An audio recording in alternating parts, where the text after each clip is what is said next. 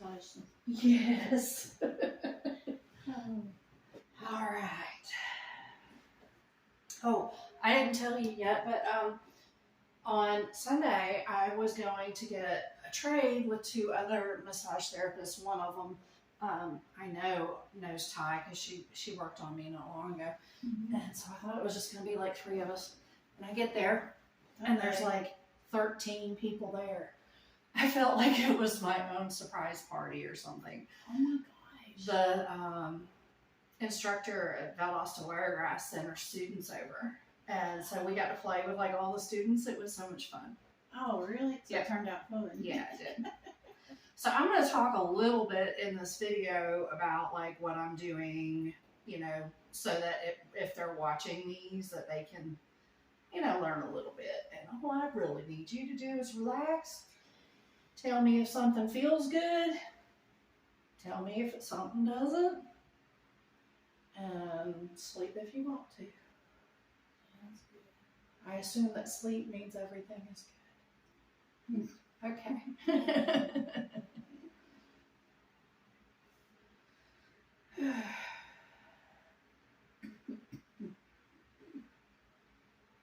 We did some of this work the other day because whose shoulders don't hurt. Mm-hmm.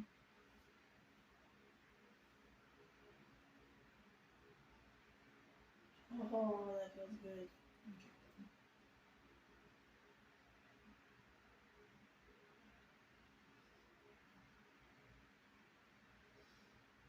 And you just take them, I mean, I'm kind of bracing her arm right here, but you just kind of take them as far as they want to go. You don't force anything ever. So pretty much anybody can do Thai massage if your partner will talk to you. Heather likes to make all kinds of noises. We've been working together for 7 years now. Mm-hmm. Gosh, that's a long time. It's going by fast. Yep.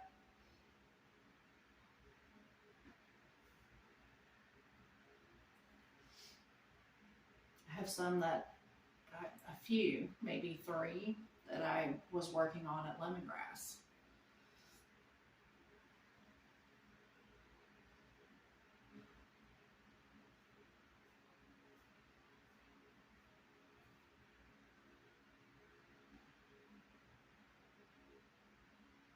It's fun to work with somebody that you've known for a long time, and you get to hear their stories and stuff.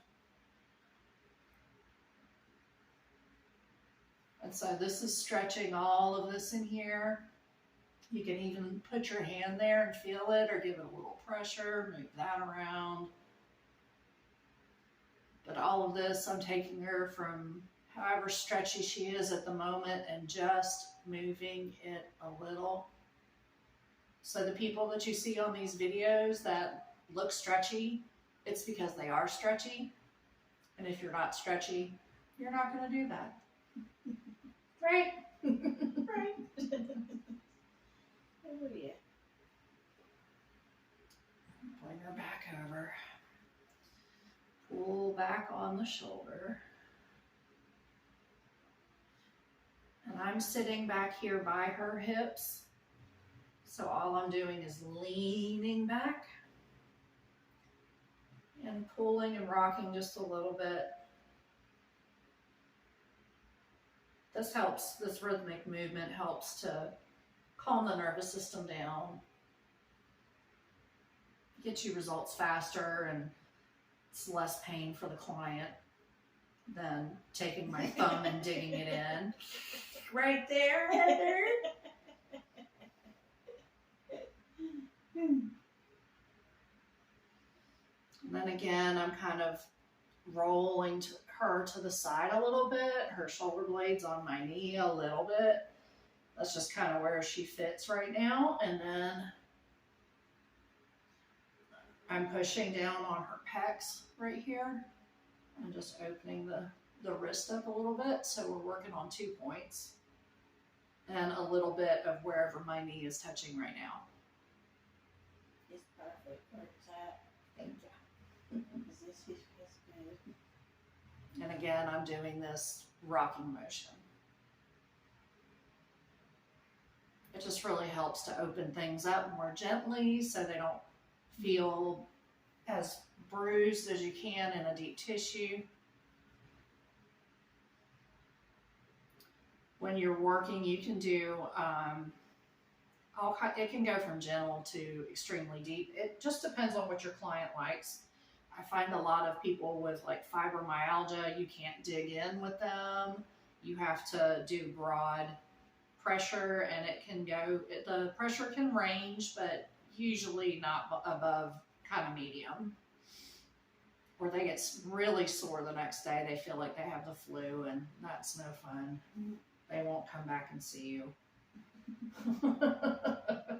But they'll blame themselves, and nobody wants that, right?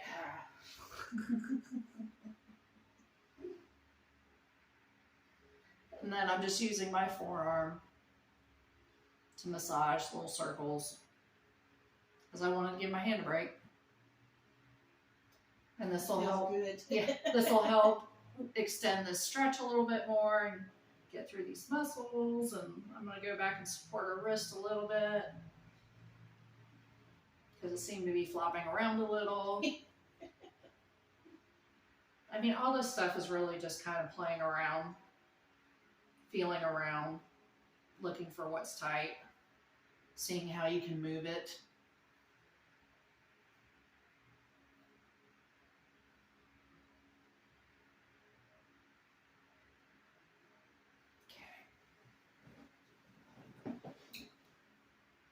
And then I'm going to put my foot behind her back. The ball of my foot is above her spine, and then my pinky toe is kind of below her scapula. And if I miss, we'll know pretty soon. So I'm going to grab a hold of her hand and pull back. And her scapula seems to be coming out under there, so that means my foot is clear of it. And we're just pulling back. This feels good on the scapula. It feels good in the pecs, in the deltoids. Like, see how her neck is moving. That helps to release the neck. So a lot of times before you even get to some, a secondary problem area, you've already kind of got it halfway there. Yeah, because I could feel tension in not almost neck, shoulder area. Mm-hmm. Yep. And it's loosened some. Mm-hmm. Just from me pulling. And this is zero effort. I'm just leaning back. And I have my foot on her back to keep her from feeling like she's fallen over. And it's helping with that shoulder blade right there. Now I can move my foot like this. I just took my foot out. I'm going to use my right foot just across her hip. It's sore right there apparently. So we're going to just rock real gently there, kind of say hello to the nervous system. That's another one of my troubled areas. Yeah. Heather's a dental hygienist and a soccer mom. Mm-hmm. And she practices with her boys. So we got plenty of opportunity today. And just this motion right here is kind of giving her a spinal twist because I'm holding her hand still. And it's opening up the SI joint. QL. Depends on where your foot is. I mean, you can go even lower a little bit. Get more into the glutes. Because they get sore too. Yes. Really, everybody needs glute work. But definitely, if they have any kind of low back, hip pain, Mm-hmm. because usually this area is tight too. Pain kind of starts in one area and then it will kind of circle around and around and around, spiral until it affects a lot of different areas. So that's why I like these sessions, so we can really get into everything. And this may look like a lot of work, but when I get tired of doing this, we can just come back up. Okay, and then that, yep.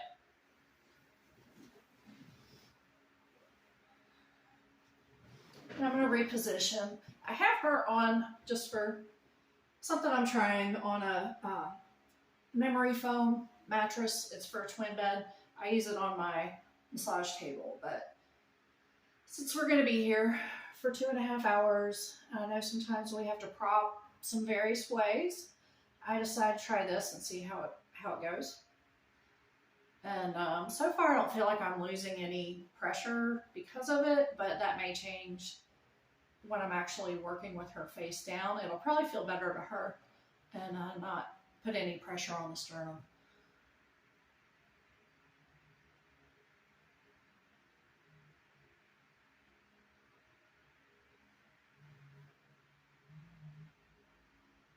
Yeah, that feels good.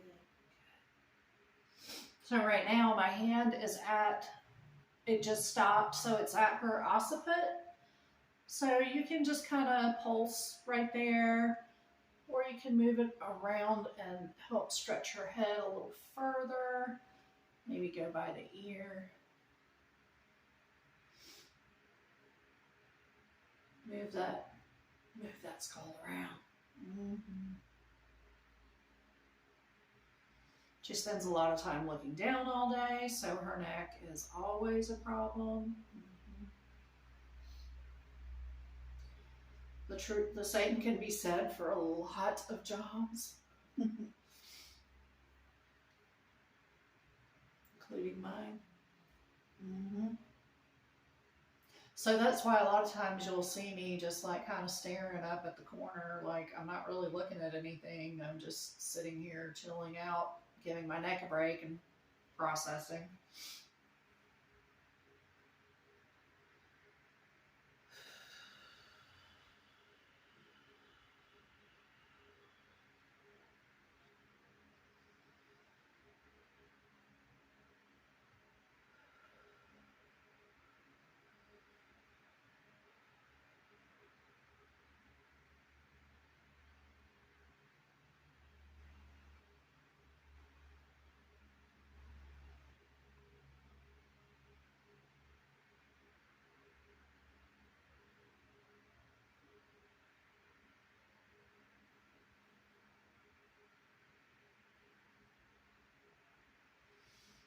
Make sure that you ask your receiver how it feels. Heather's already told me that it feels good, so I know that the pressure that I'm doing is okay, but we've also worked together for 7 years, so I kind of have this little Heather preset.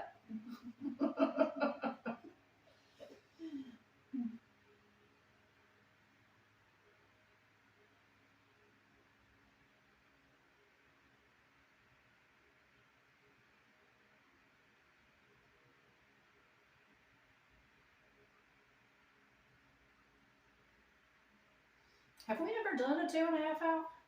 Mm-mm. Oh, girl. Uh-uh. An hour and a half's the longest. Mm-hmm.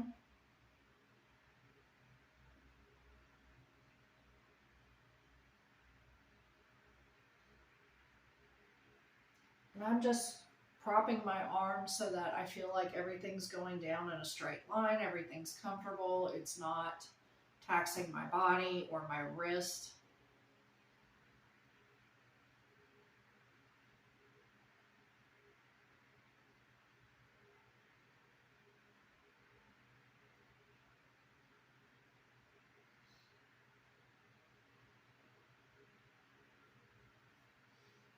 Then I'm going to shake out my hand a little bit just because they could use that as much as possible. I just did a 90-minute tie. Okay. Yep. So in some cases you can actually take, I'm going to try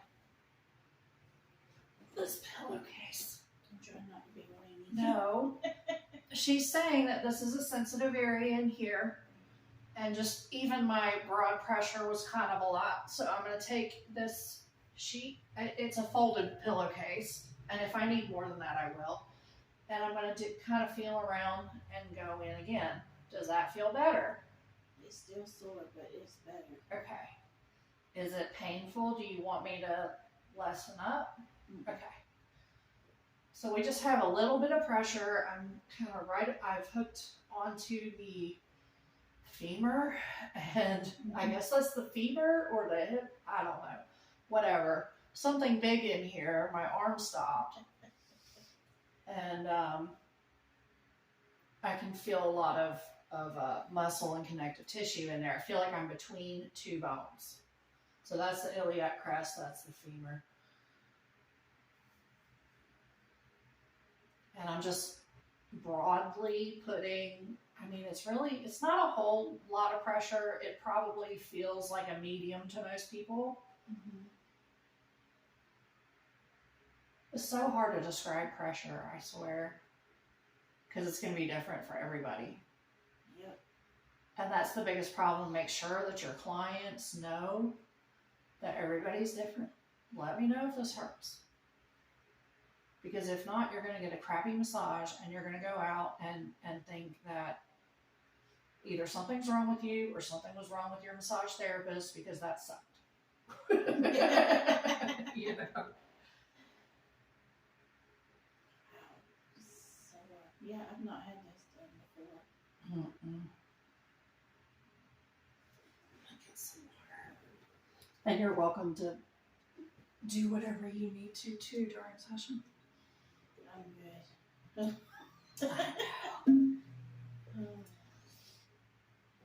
Okay. Just tell me where I need to put my arm if it's not. Wherever's comfortable. Okay. Yeah.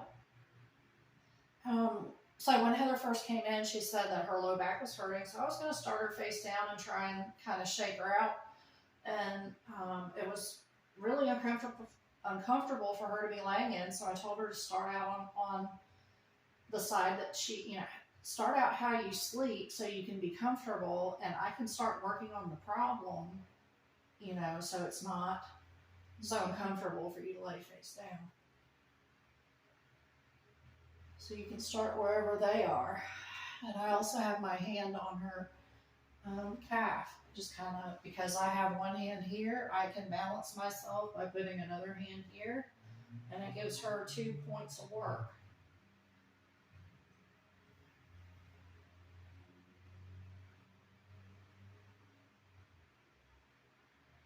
And her calves are tight.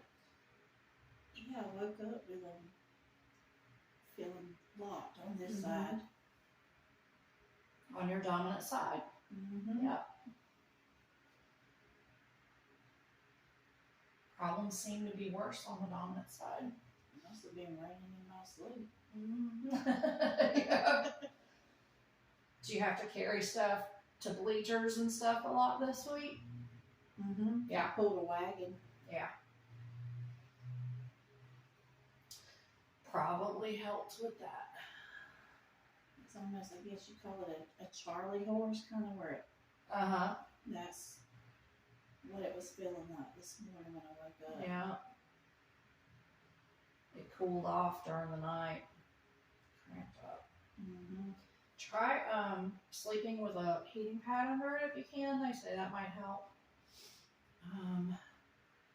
What else did I see? Of course, drink plenty of water. Mm-hmm. I haven't done that. Is your potassium good? It has been in the past. I haven't never really Yeah. had any issues. Yeah. I might pick up some bananas. Pick up a banana. See if that helps. I mean, there's so many things that can cause it, but Chancey's down the road sells this stuff called TheraWorks, and it's Mhm. a foam that when it starts acting up, you can put like 2 pumps of it on there, and my people swear by it. Oh my goodness. They swear it works. The other stuff would be preventative, but this would help if you need it, Right.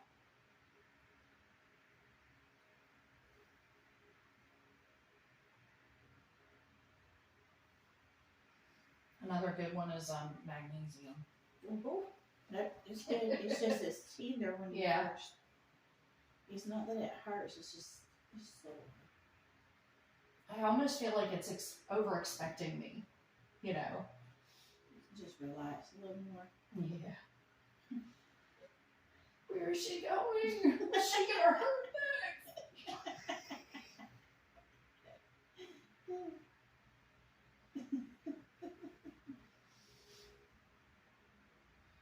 Well, I can rub these areas at home, Mm-hmm. and they're sore. Yeah, definitely. Because of all the walking you're doing right now. Mhm.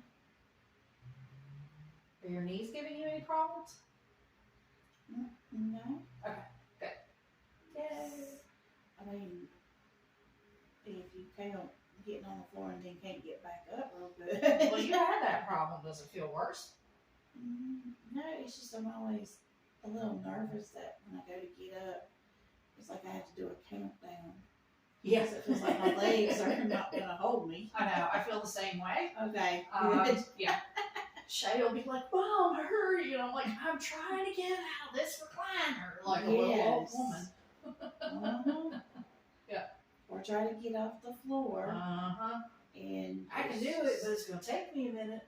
Right. I'm not springing up like I used to. Yeah.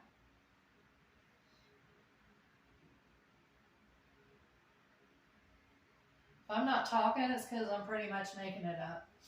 And that's what you should do. It too is called off-roading. Find what's tight, give it some pressure, move it around, move it different ways. If that's not comfortable, put a knee on it. You generally want to put this broad part right here. I don't like this position, so I'll show you some knee stuff later, especially since she's sensitive, but the knee is a very broad tool. It's not as pointy as an elbow, so don't let it scare you.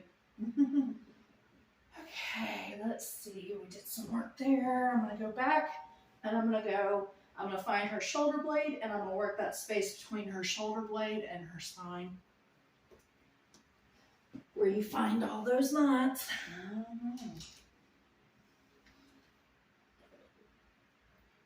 And we're going to hydrate during sessions.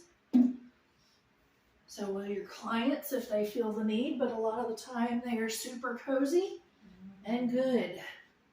There are a lot of 2.5 hour sessions where people don't get up. There are some that do. Probably depends on how hydrated you are. I really do have some that get up. Some do, yeah. Okay. They get up and go to the bathroom and come back. Sometimes I'm happy. I'm like, yay, I can go pee too. Yeah. I mean, if I need to, I will, of course, say something. But I'm like in a zone, and so I'm kind of just trying to stay there. Because I just stay right here and sleep. Yeah. They relax. Yeah. Before I go do my big old long to-do list.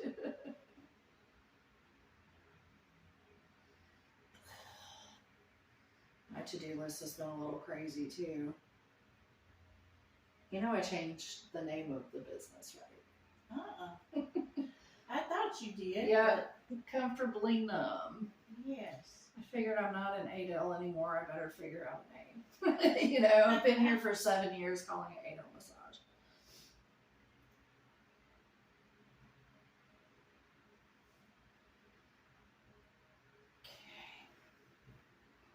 And then I just zoned out and did whatever I wanted and really didn't show you what I wanted to.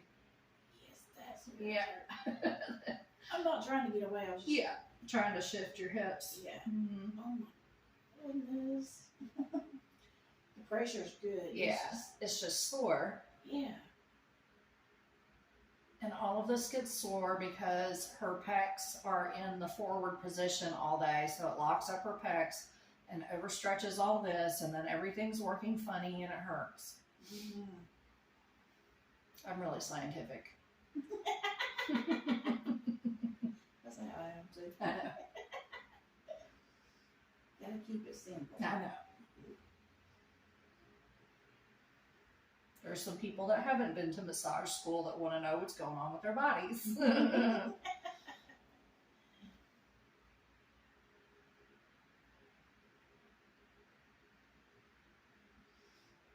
And then because, I'm starting to feel that, I'm going to take my fist kind of flat on top of the infraspinatus, which is her shoulder blade, the muscle on top of the shoulder blade.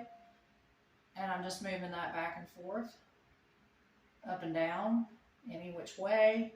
The goal is to make the muscle relax and the shoulder blade move so that it affects, see, I'm moving her whole shoulder right now, so it affects all this whole area again.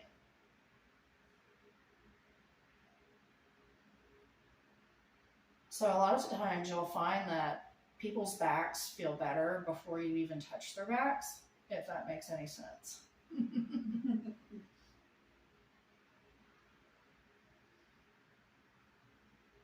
It's the only time I've ever had work where I was like completely cool that I had 3 seconds of neck and back work. And I guess that may be part of the reason why I do so much of it, is because I love neck and back work so much. Mm-hmm.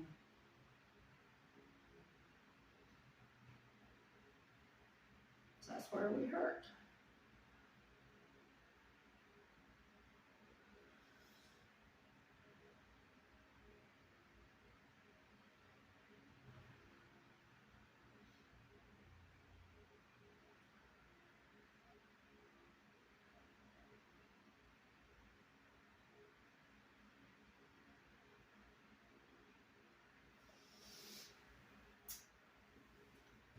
And then I'll come back here.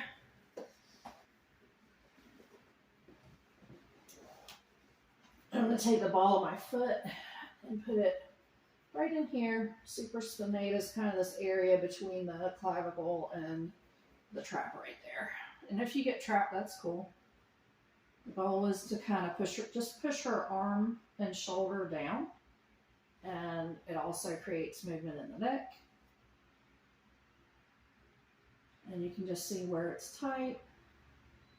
But you can stay here for a long time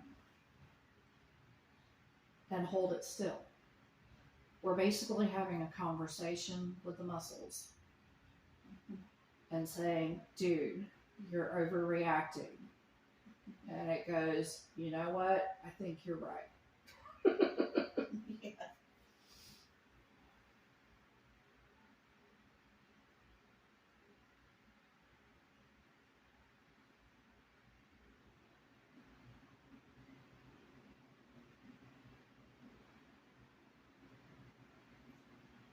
That feels good.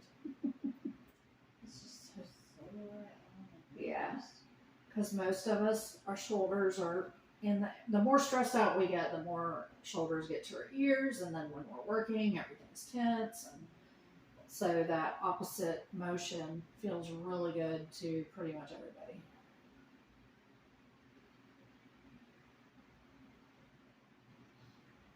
And this stuff that I'm doing, you can do on a table. The sideline stuff, I don't do as much of that on the table, but I probably should because of the shoulder work.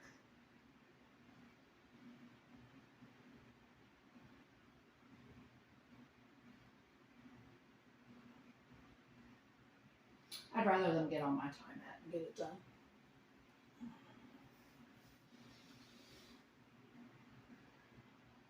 Because I can work on someone in a very different way with Ty that you can't do on a table.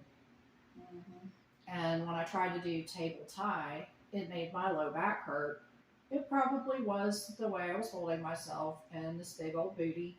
But Matt has made my knees feel better because the gym mat is like an inch thick. And so it's actually made my knees better because I can stretch them out while I'm in session with my client. I also don't have as much wear and tear on my wrists. I've gotten to the point to where I'm sleeping in wrist braces if I put too many people on my schedule. So today I have Heather, she's 2.5 hours, and I did a 90-minute earlier, and then at 2 or 2:30 or whatever time we get done, I'm done for the day. probably could do more after that today, but I've been working really hard lately, so I kind of want to just chill out a little. I don't blame you. Yeah. You take it when you can. I'm like, yeah, I go in and work for like 5 hours straight. Cool. Then I'm done.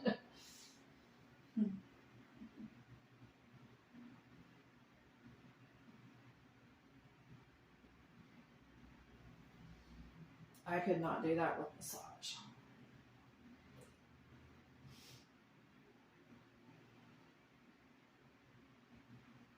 I'd be canceling somebody if it was on a table.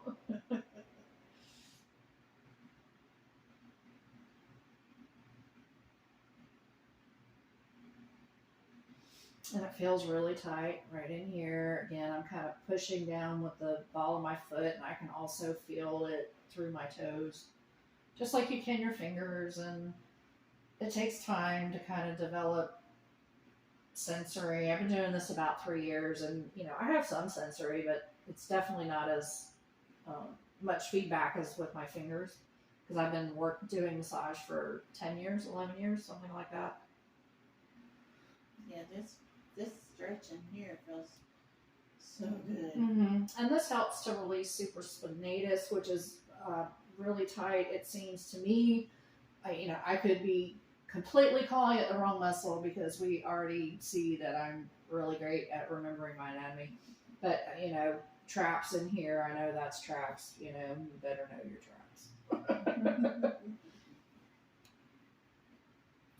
I'm just feeling whatever's tight and just trying to bring some awareness to it. Yeah, I can feel you moving back some, and the more you move back, it's like, that feels good. Yep. It's like almost like releasing it. Mm-hmm. So now I have an idea for a move that I'm going to do when I have you face up, because you told me that. Because I can't keep going back without, here I'm using my toes. Can I do that? Yeah. Do I really want to put pressure on my toes? No. You could come in here with a hand, and I'm just hooking wherever it'll stay on top and pushing, moving around, feeling where it's tight. And I'm not even using a whole lot of pressure here. I'm just kind of more making sure she's rocking, just giving her some movement. And it feels good. Making her sleepy. Mm-hmm. Calming the nervous system.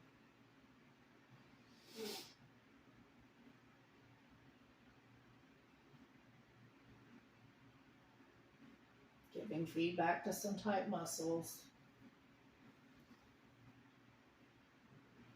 Yep.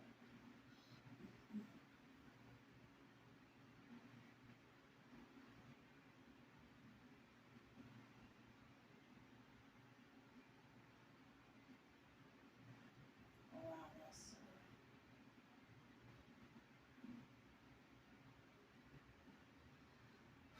that feels so good though. Good.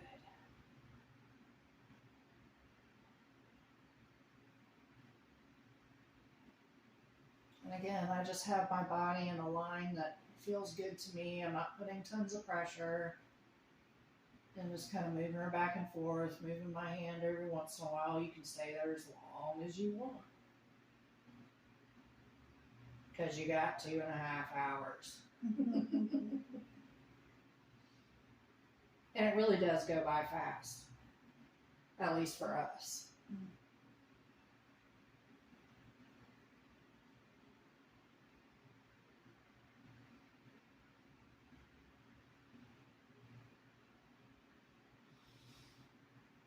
And then I'm going to hook up here on these deltoids and push down.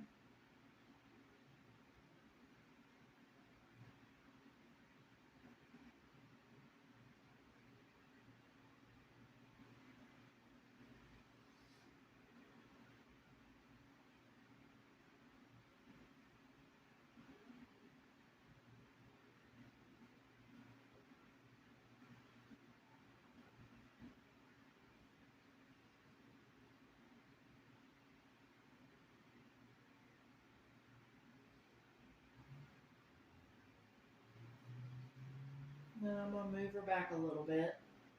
So bringing her down.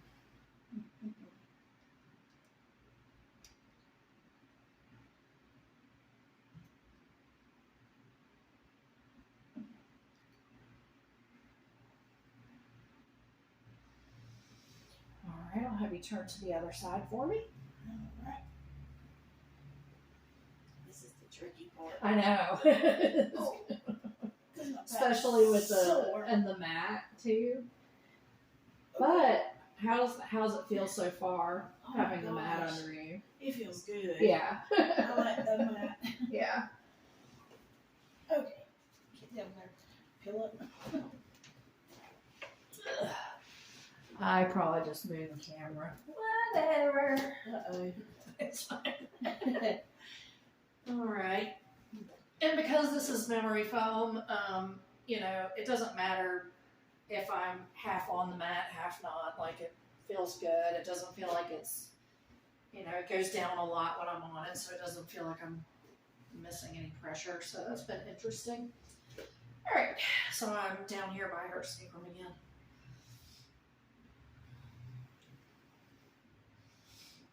Just wrapping my hand around her shoulder. She's letting her arm just fall. She's not trying to hold it any kind of way.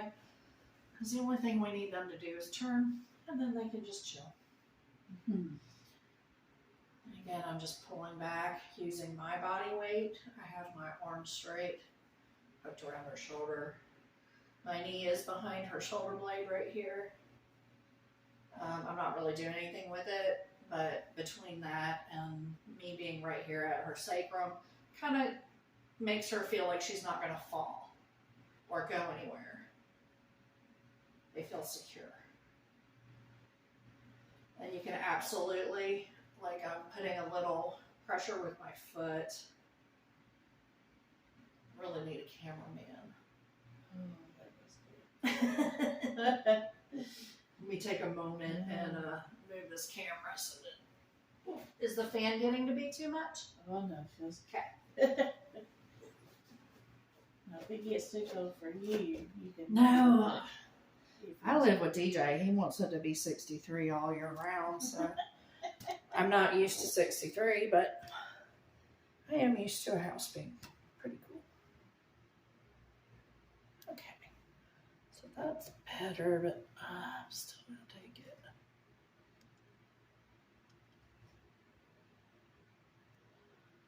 Right in here. Okay.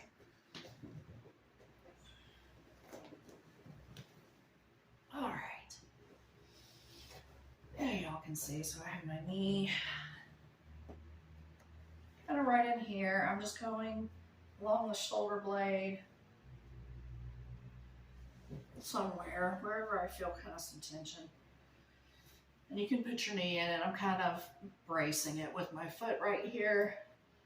I didn't think about it till we were working at Sissy's the other day, but having that traditional mat looks like it would be kind of cool because it looks like you can hook your foot in there in those folds, and that looks like it would be helpful. So maybe sometime this year we'll get a tie mat on top of the gym mat.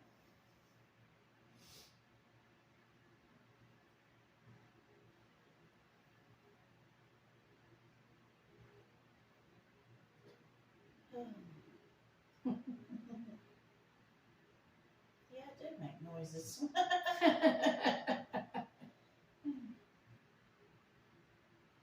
But that's a good thing, because if I don't know, I mean, I can think that I'm doing a good job and that this right here is like really sore, and then I'll ask and they'll be like, "Ah, that's fine." I'm like, "Well, okay, I'll move on." It's Tell me. sore.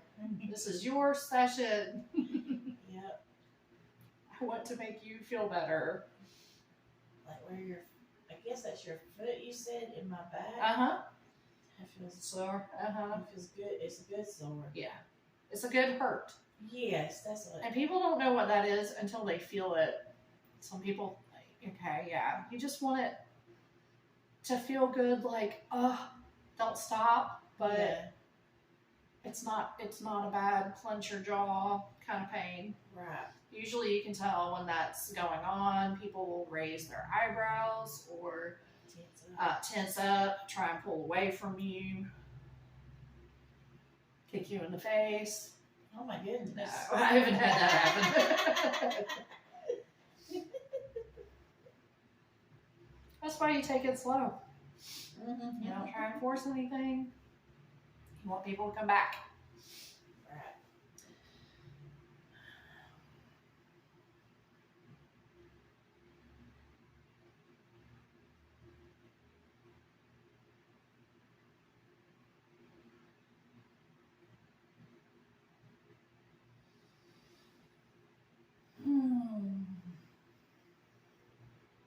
So when you're doing the rotating Mm-hmm.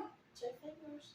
This is the palm of my, or not the palm, my knuckles. Oh. And I just have it kind of laid flat, like a flat bent, like this. Yeah, I mean, it feels good. Yeah. And just moving it around.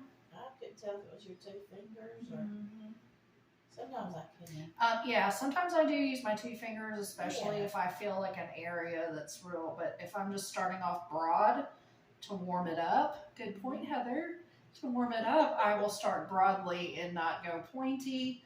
Move all of this around. And then once it feels like it's getting loose, you'll look to see if there's, more specific areas that need to get worked on. And you go, does that feel okay? And Heather says, Yes. okay. And if she said no, I'd go, okay. How's that?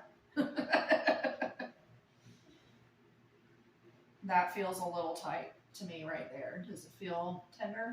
It does. It actually does it. Okay. See, and to me, I'm feeling like, Now there. yeah.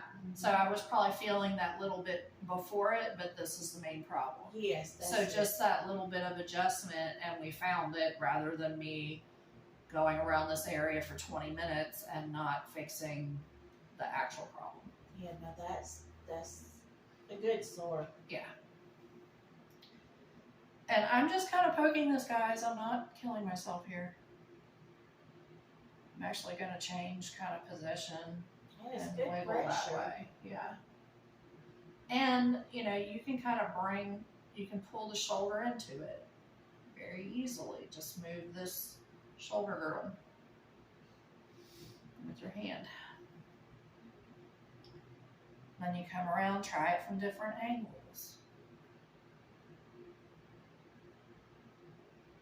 See how it feels. You kind of can feel like you're following a path, and then that's a little too far, so I'm gonna come down. Right there. She's starting to giggle a little. Yep.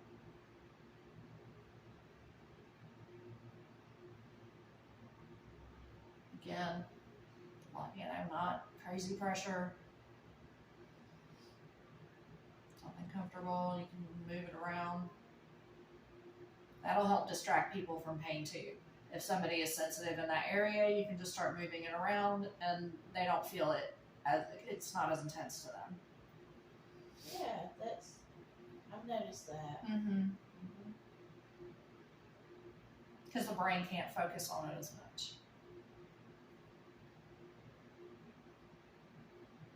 Because it changes the stimulus.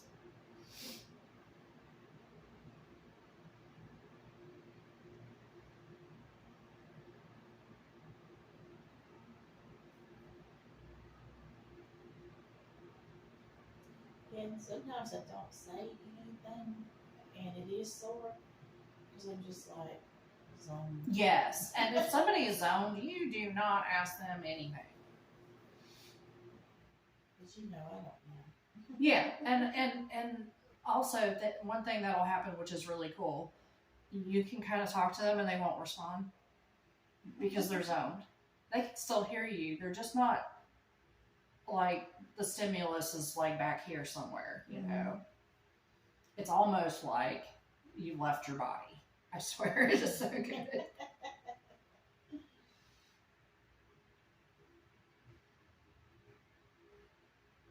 I have thought before, if I die right here, that's fine. I'm cool.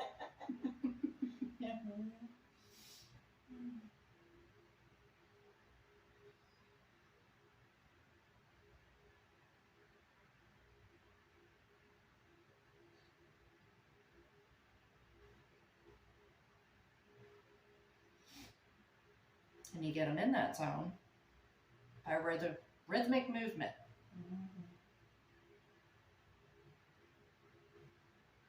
So some people might even say that my Thai isn't Thai. I don't really care what you call it. This is what I do. I like it. Yeah. And your Thai will be different from mine.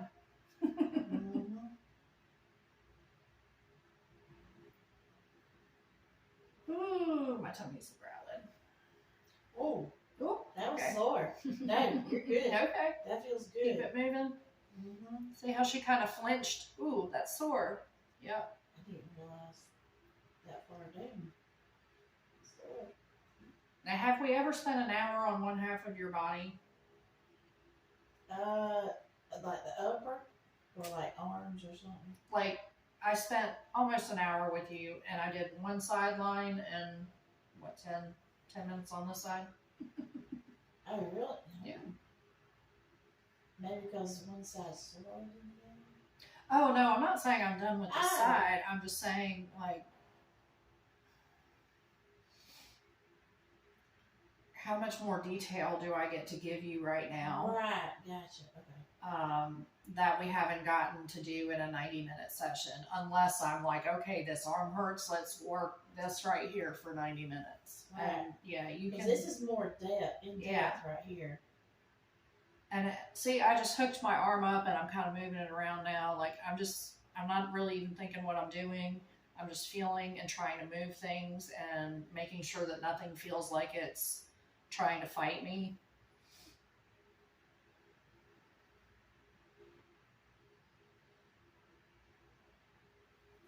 Oh, I know. Yeah. Because I ran into the wall at work, so there's. Do you have a bruise? Yeah. A light bruise, probably. Okay, yeah, there it is right there. I ran right into the Yep. corner of the wall. Maybe this will help work it out. That's why I jumped. Mm-hmm. I was like, that's a little tender. I don't know why. But it did feel denser. I mean, all of this, because the way these muscles come together, it does feel denser in these areas, and you don't usually get a whole lot of attention paid to these other, you know, we pay attention to like the main deltoid problem, and we don't have time to go in here a lot of the times and work this out, or even under the axillary area or armpit. And that makes a big difference in shoulder pain. The armpit, that's sore. It's an area that's not used to being touched. It doesn't, there's no way to really relax it without touching it.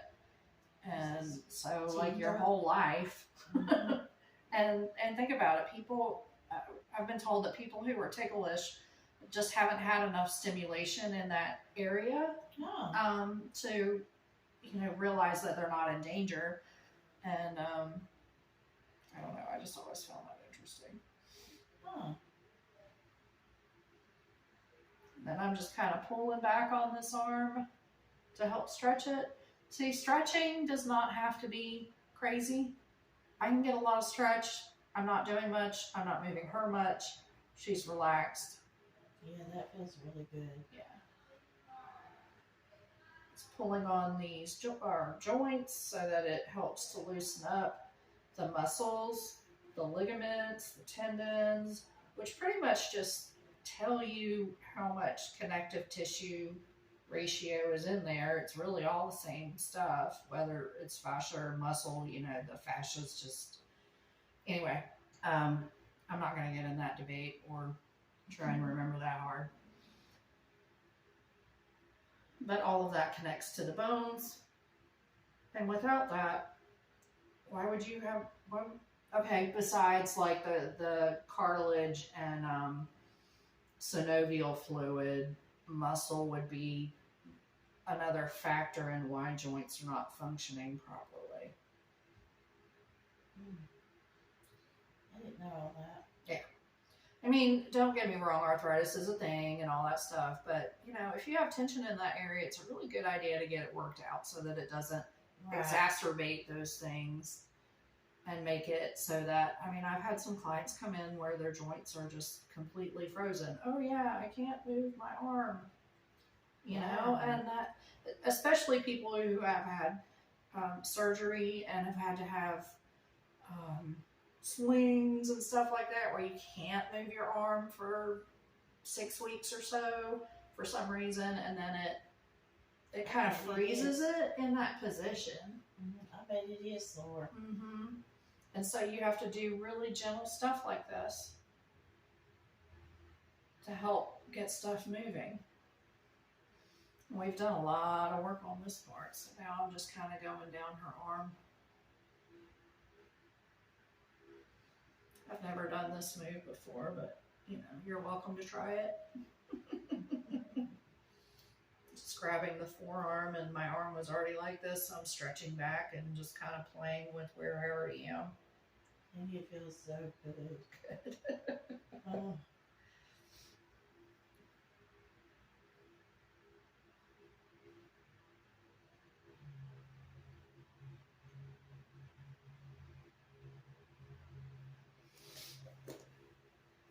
All right. Then I have some moves that I'm going to do for this when she's face up, so I don't have to spend a whole lot of time on it, but I can if I want to.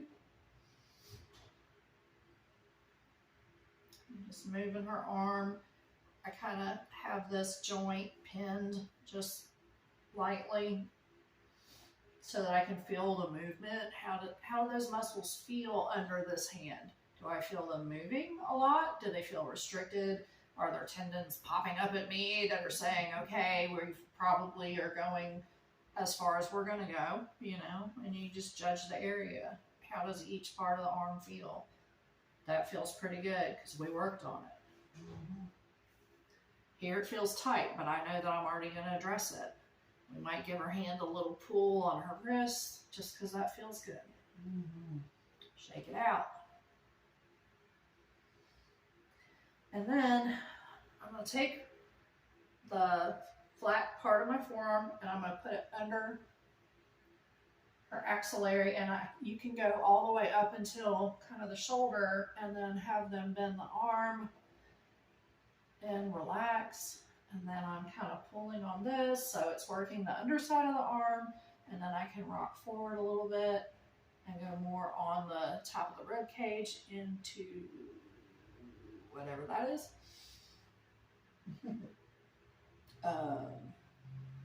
Serratus anterior, the Superman muscle.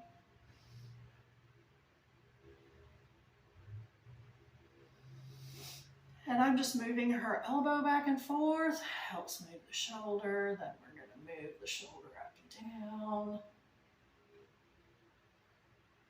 You want to try and get the joints through as much range of motion as they're willing to, help get all of that stuff loose.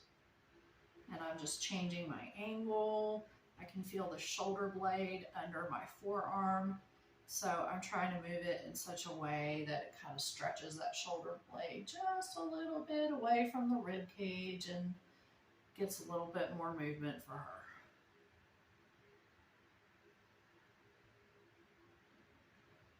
She's doing good.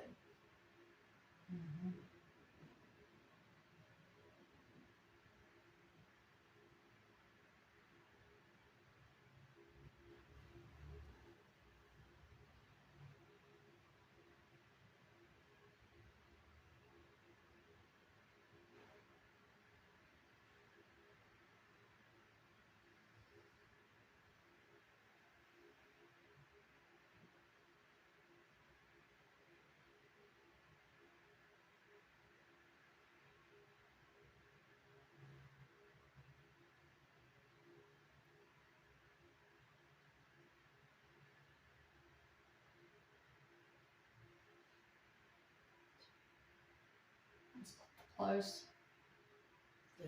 Was it close to the edge? Was what close? Nothing, honey. I'm zoned. Are you good? You're good. I'm good. like, oh, wow. What are you saying? I think you lost me for a second, really. Yeah, that's fine. I was relaxed.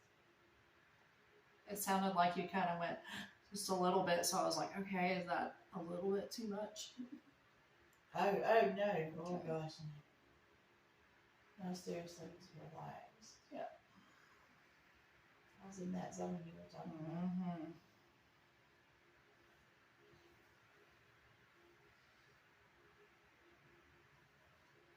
Can't get that in a 30-minute. Mm-mm.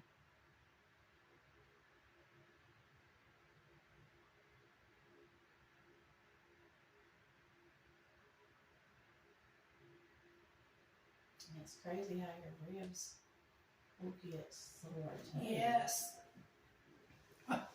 Breathing is a full-time job. Mm. Okay. And then when you throw like allergies and coughing and all that stuff in there, Oh, this is just, yeah.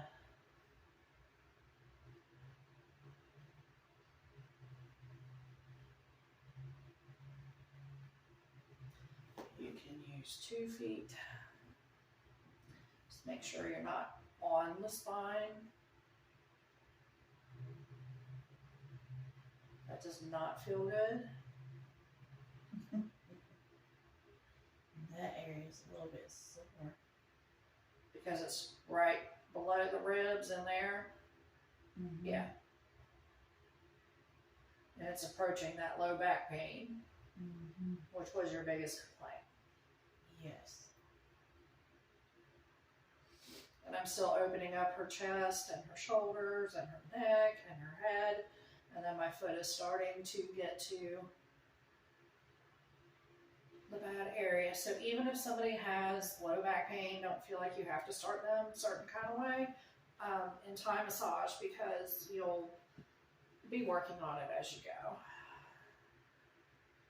For the most part, you may get someone here and there that you really just have to get down to the point with, but just make sure that they're comfortable. Mm-hmm.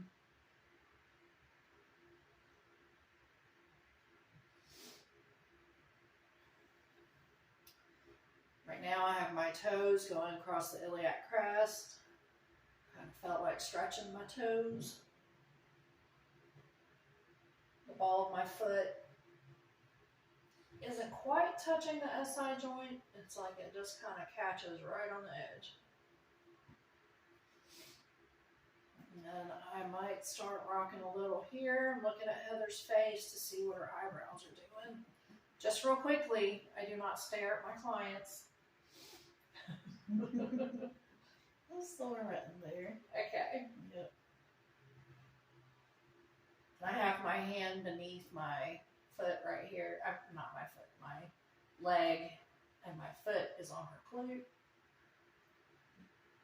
I'm just kind of supporting my leg right there. Less energy.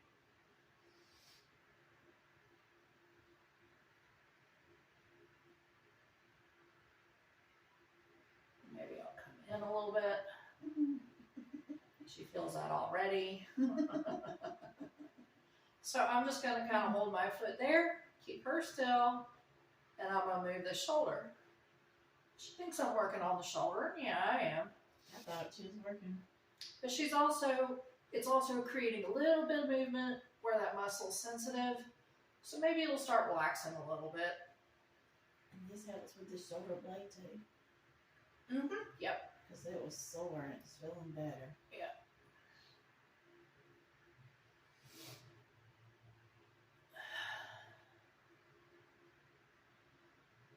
Also stretching the hand right in here.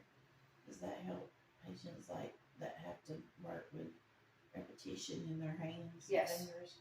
This helps with carpal tunnel. This helps with your thumbs. If it gets too sensitive on the thumb, though, let me know, because I would want to do something else.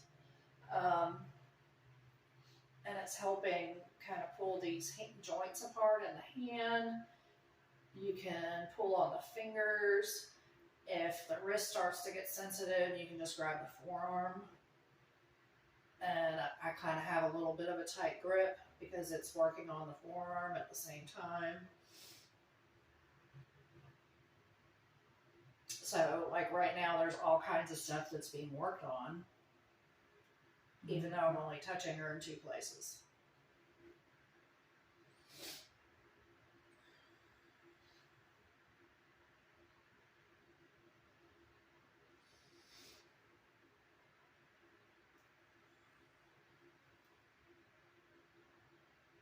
And still, my main goal is just to get some movement in this glute right here, this hip,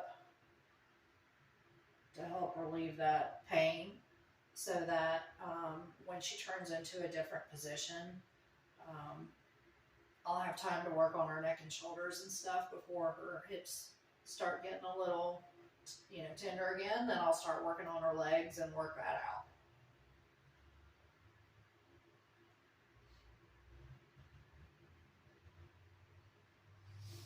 And of course, if a position no longer works for a client and they need to change, just tell them to change to somewhere that's comfortable, and you will start working on them from there.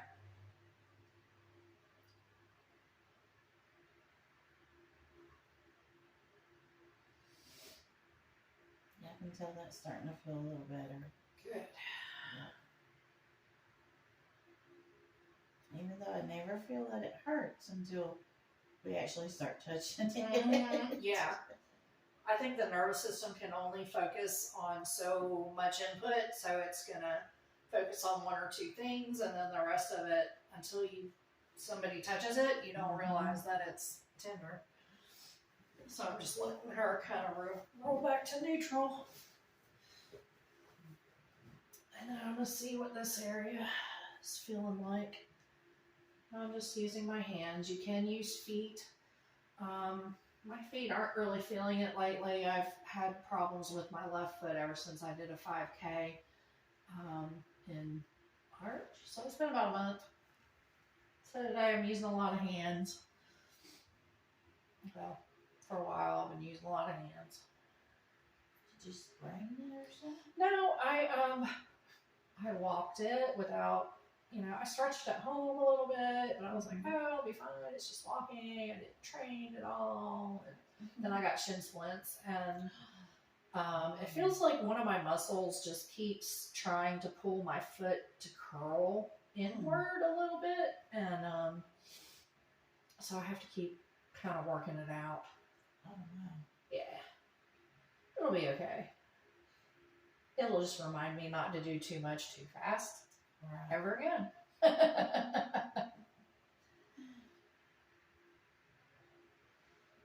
I did find this little wall Pilates workout thing that I'm doing. It was on Facebook or whatever. But I've always been interested in Pilates. Now, I've done it once. That was 4 days ago. So it's not them, it's me. But I am going to try and do better. And if I like it, I'll let you know. So far, I mean, the one time I did it, it was good. You felt good. It wasn't too much to do. It was simple. But anyway, we'll see. Heather's like, No, you're fine.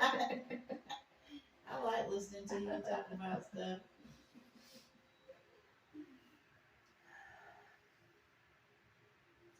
so this is all just across the IT band, and I can kind of feel that that area is tight, but Yep. I'm not going to torture her right now. We can do that later.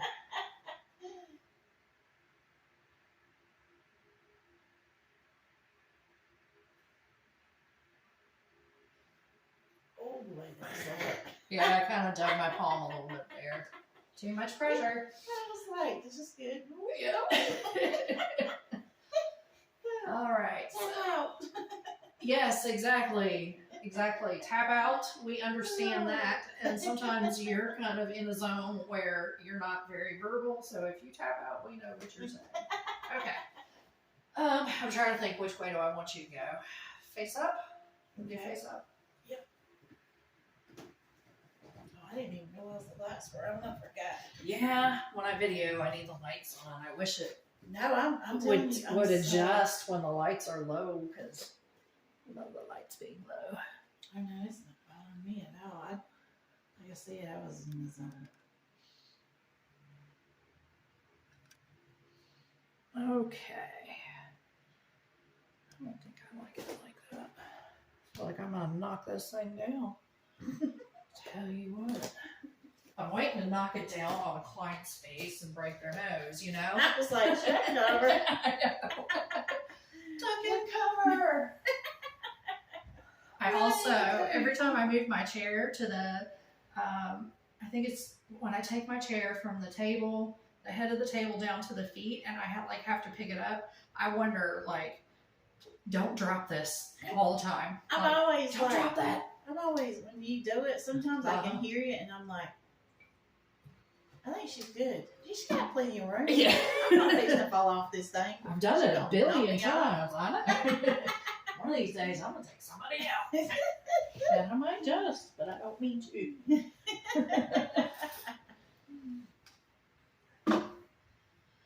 Okay. Yeah, I wasn't sure how this was gonna be either. With I me didn't being know. up on the pillow, but it's Is it still time? kind of cool. Yep. Okay. I was going to say, do I need to No, get off the pillow? no. And I don't care That's if you mess my good. hair up. I don't All care. right.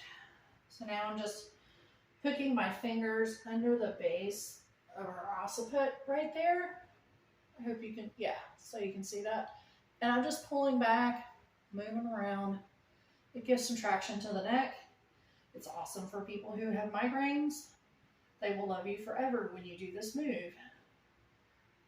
It is a favorite move of a lot of people, including me. Mm-hmm. And then I'm just moving back and forth, and it helps work out my low back so it's not as sore. And I can come forward, and that's bringing more pressure, and I'm kind of pushing her head up a little bit. You're kind of in a safe zone. You just want to move your fingers around up and down the back of the neck and into that occiput.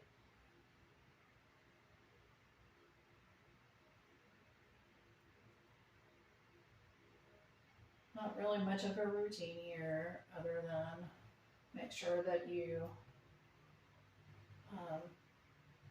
are in front of the blood supply. You can kind of see it where it's starting to come out there. So I'm just going to put my fingers here, kind of hook in, push a little bit, and do whatever comes to mind. You can leave it there. You can turn her head into it a little bit. I feel like I'm getting an idea that there's some stuff going on above that. But I'm just touching on that lightly and kind of working the stuff below it. And you can move their head around. You can leave it still. You can start stretching it this way.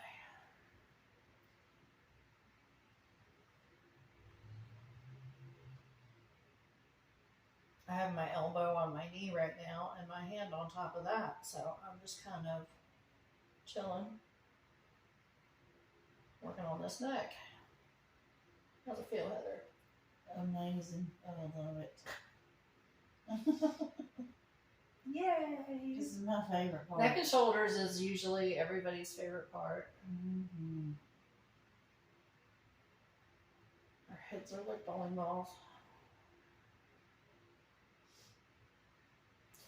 And then, because I don't want to go to sleep, I'm going to take my foot, the heel of my foot, and I'm just kind of getting into this trap area right here where it feels some meat pushed down.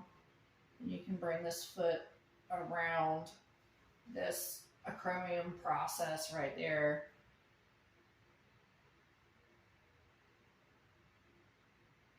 And then I'm going to gently pull right there.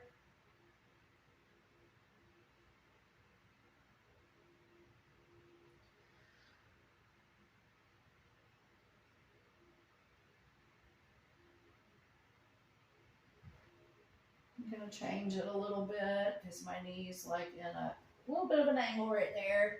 I think this will be a little more comfortable for me. And that's perfect. That's actually a better angle for me and for Heather there. That feels good. right on top of the traps. Probably got some supraspinatus going on. Got the occiput stretch going on. I can even come and put a hand here if I want to, but that feels like it's kind of stretching it. So we're just gonna chill out here.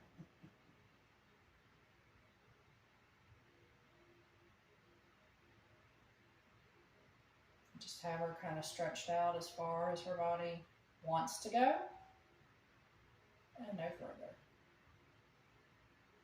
That helps me to be able to work on those muscles. And then she can go a little bit further. So you're just really gently improving everything. Oops. I don't think I ripped your hair out. I was getting a fuzzy. Oh, that feels so good. Help stretch all these muscles in here. Mm-hmm.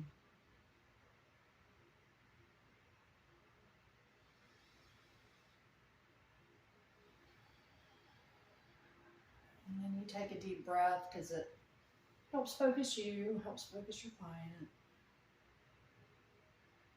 See if you can stretch it a little bit further.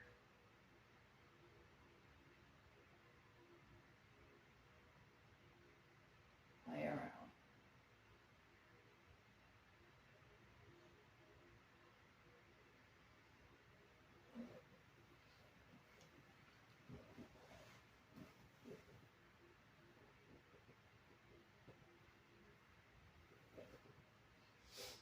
And I'll, again, pin that shoulder kind of down in the traps where you feel some meat. You don't want to put pressure on the clavicle right there, not directly.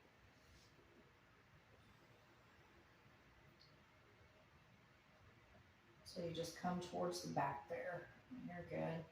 And then wrap your fingers around the occiput. And kind of push down, move around.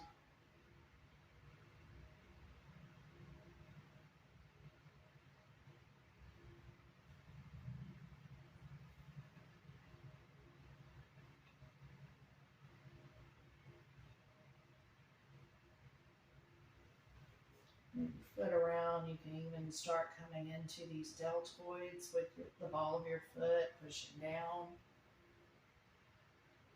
Still keep stretching as much as you can.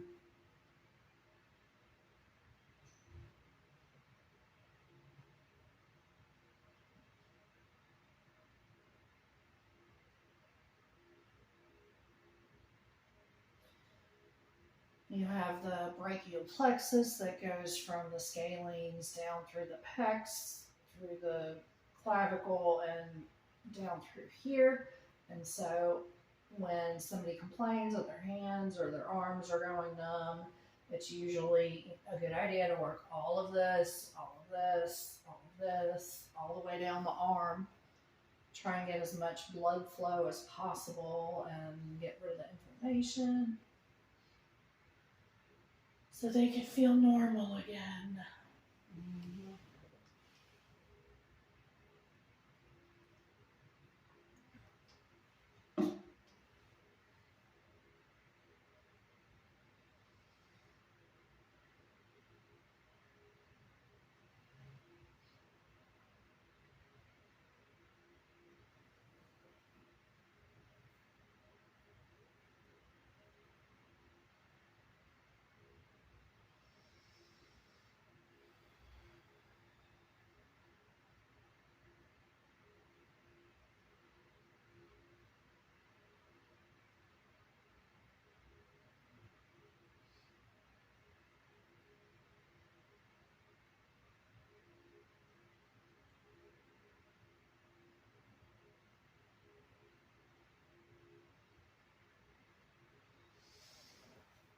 Before I get too into this, I'm gonna step out and use the bathroom. I'm just gonna You can, or you can chill right there. I'm gonna just relax. Mm.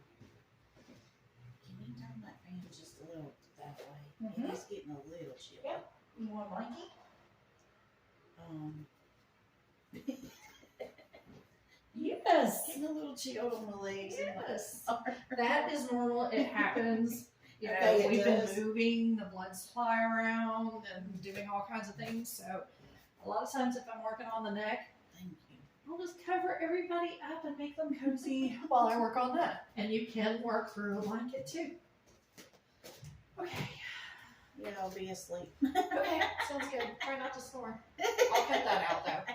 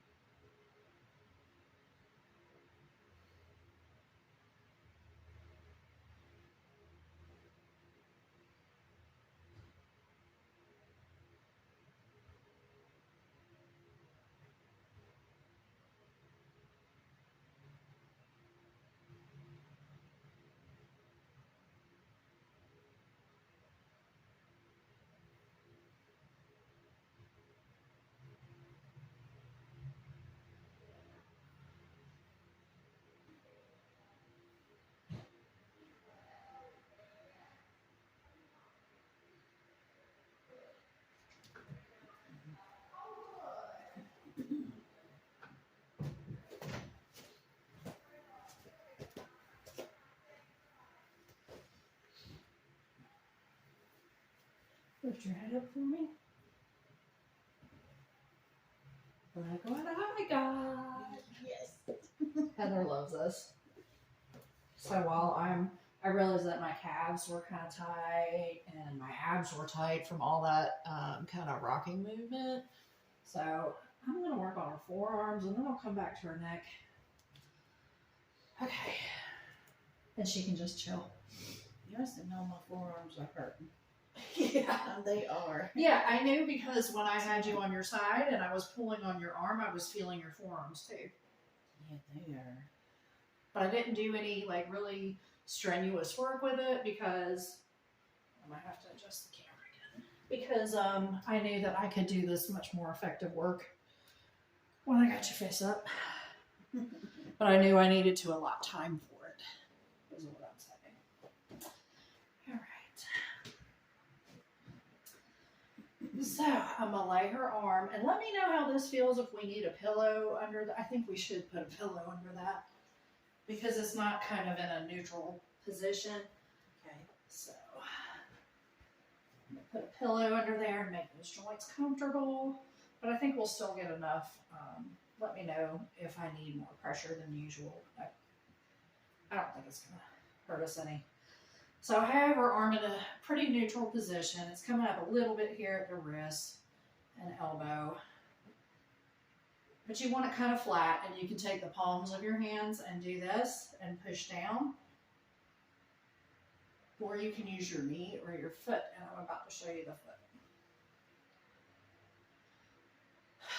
I do have straps that I can use, but it gets in the way of the film. And I do have a wall close by. So I'm just going to kind of touch my hand to the wall to help me stabilize, and I can get my foot on here. Okay. So I just kind of touch the wall so I can get my footing. And then I'm going to take the ball of my foot and put it right here in the middle between the radius and the ulna. And then you just kind of push down like you're pushing a car pedal. I feel right now like I'm kind of more just on top of it, but that's probably because of the pillow that I have.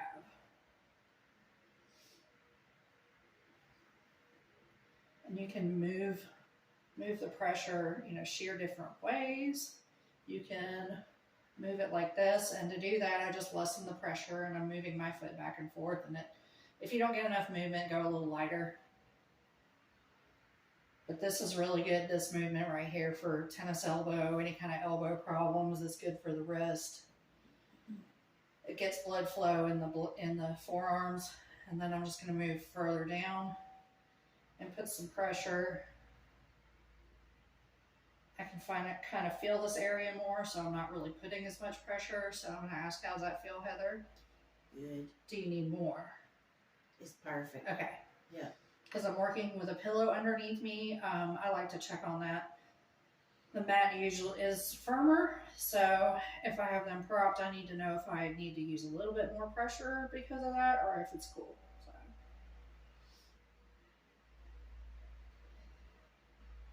And when the hand is flat, you will see the hand curl up like this as you're working on it, and that's normal because that is what flexes those tendons and everything, those muscles there.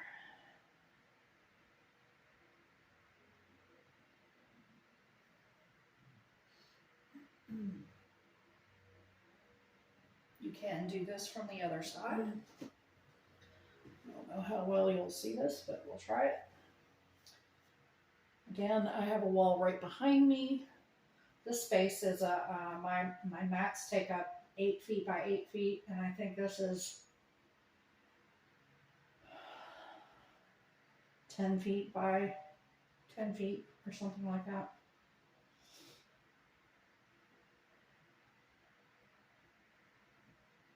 There's a shower over there, and then I have like a little chair where they can put their stuff and a little entryway. But most of this is workspace.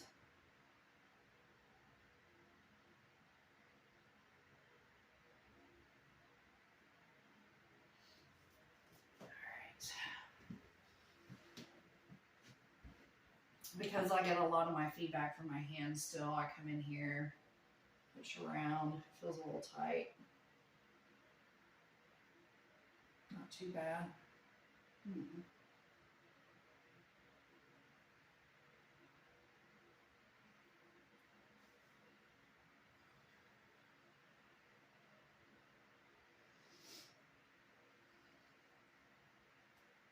And then I'm going to use the hand that's on the outside. I'm going to just kind of pin down somewhere in here that feels a little tense. Feels like she could use a little work there. And then I'm going to put the palm of my hand below the clavicle and kind of on top of that joint. Just doing some light, broad compressions, nothing pointy.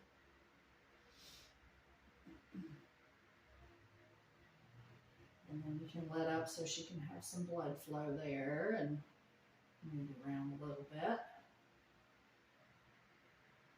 And then move this and see what you feel around here in the front of the deltoid.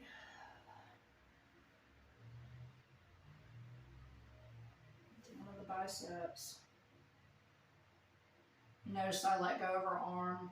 I knew that when I pushed here, it was going to bring this elbow up, so I didn't want to like lock it in and have like a weird movement. So now I'll just come back in and put a little bit on this and see. Feel okay? Tender? A little bit, Yeah. but the pressure's fine and it's not unbearable at all. So I'm going to change that just a little bit. I feel like this is a little bit broader and that the bicep, or yeah, whatever, is under my hand. Where it feels tension is under the palm of my hand. I pay more attention to how things feel than which exact muscle or whatever I want at the moment. So y'all can make fun of me if you want to, that's fine.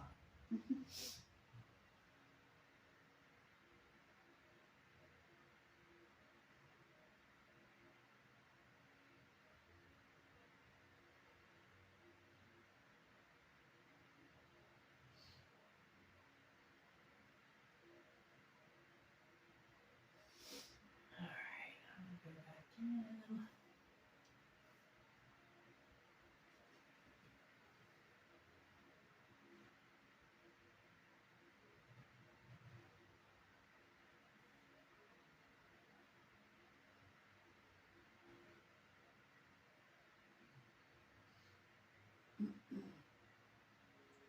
Need some water or anything?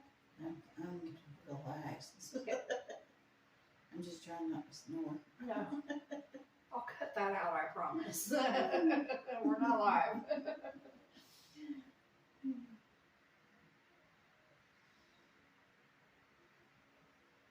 That's how relaxed I am right now. Starting to move that elbow. Still working on where I feel the tension in here. You can kind of get between muscles in here a little bit. Feel stuff moving around. You kind of pass over all kinds of different stuff when you start moving. You can find different positions that you're like, huh, I feel tension, and when it's right there, that's a good way to, a good place to work on. Where I'm going to bring it towards me a little bit, and that helps with the elbow and the forearm and the shoulder.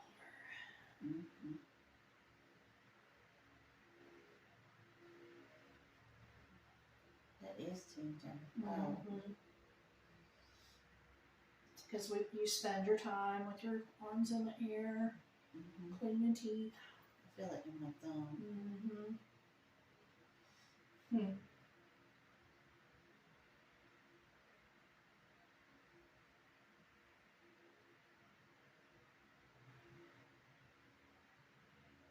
I had some neuromuscular in school, but not like the guys or the ladies and everybody over at Wiregrass.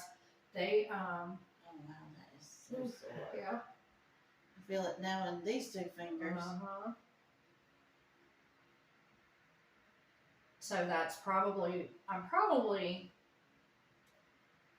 working on a muscle that is on the nerve, because she's not talking about, ow, I feel shooting pain. If she did, I would be directly on the nerve, and you don't want to do that. But she's like, wow, I can feel it here and here. So that's a good thing that we're doing.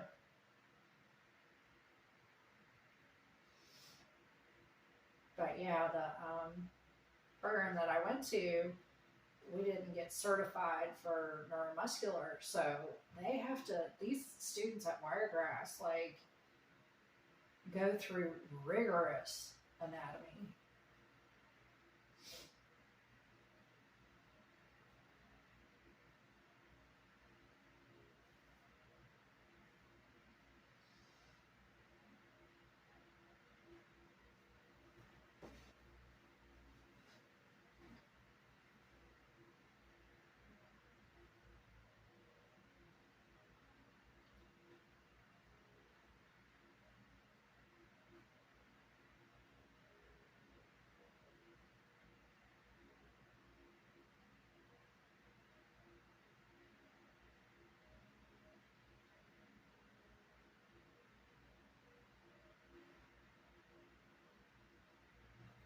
Oh, that feels good. Yeah.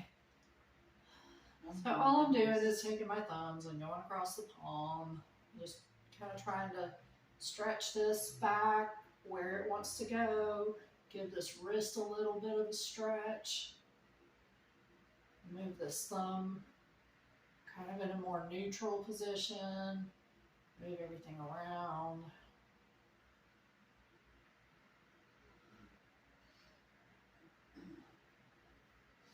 Then you can go between different joints on the front of the hand and get the palm moving around. Get some of that tension out of there from all the work that we have to do. Mm-hmm.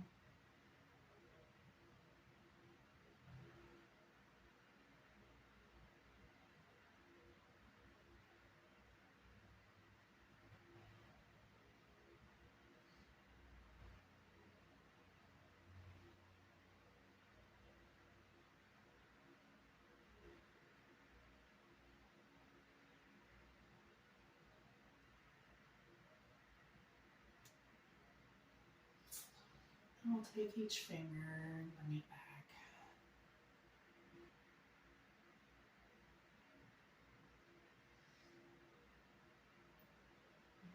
Just kind of create some movement. You can move it around. You can use your, squeeze a little so that the warmth of your hand translates into those joints.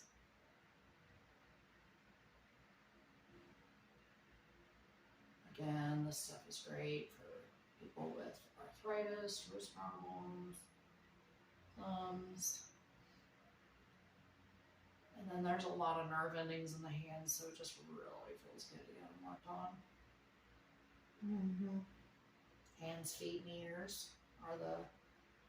And it's funny, before COVID, I used to do like pulls on the ears, and after we started using masks, I like completely forgot about that. Mm-hmm. And I used to think like, man, that is a sin if you don't do that. So I gotta remember to do that when I get back up to your neck. The ears? Yeah. Oh my gosh. I used to love it when you did. I was like, I wonder why she didn't do it anymore. I got out of habit of it, and I just don't think about it. But it was part of every single massage that I gave, like before COVID. Mm-hmm. Because it is so amazing. Because it's so relaxing. And you said it's because a lot of nerves are in your ears? Yeah. A lot of nerve endings. Per like surface area, there's a lot more nerves because they're sensory organs. So I guess your nose feels like that too, but there's so much cartilage, maybe it just doesn't get that sensation. It does hurt like well when you break it though. Mm-hmm. Or you get a shot in it. To get Oh the cancer goodness, out. yeah. Oh. Mm-hmm. Right on my tip. Mm-hmm. Have you seen like videos of plastic surgery and stuff? I can't do that. No, it's horrifying. I do not recommend, especially the nose. I was like, they do what? Oh. Good. Mm-hmm. I just got the cancer out. I don't need a nose job. Yeah. Mm-mm. Let's not break anything. Right.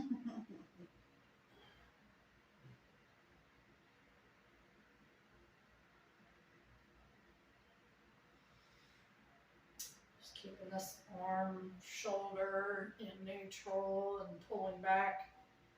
I'm grasping around the thumb part right here and around the pinky and working on the palm and pulling on the arm.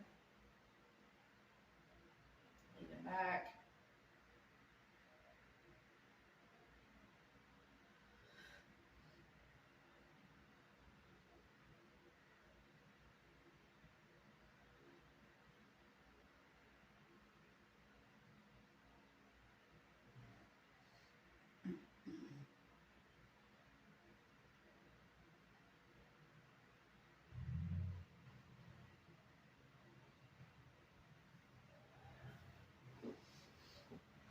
Oh, another good one.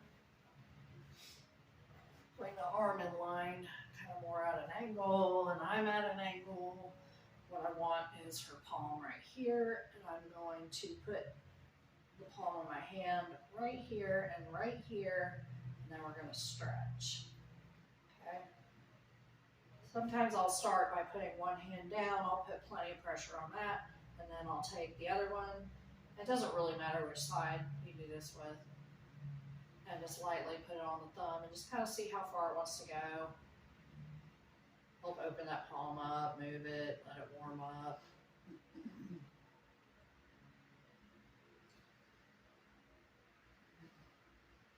You can do this with your feet.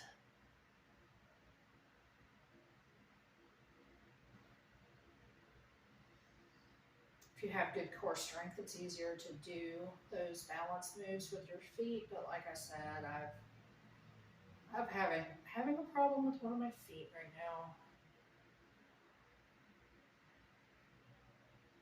So this feels better to me. This feels good and stretched.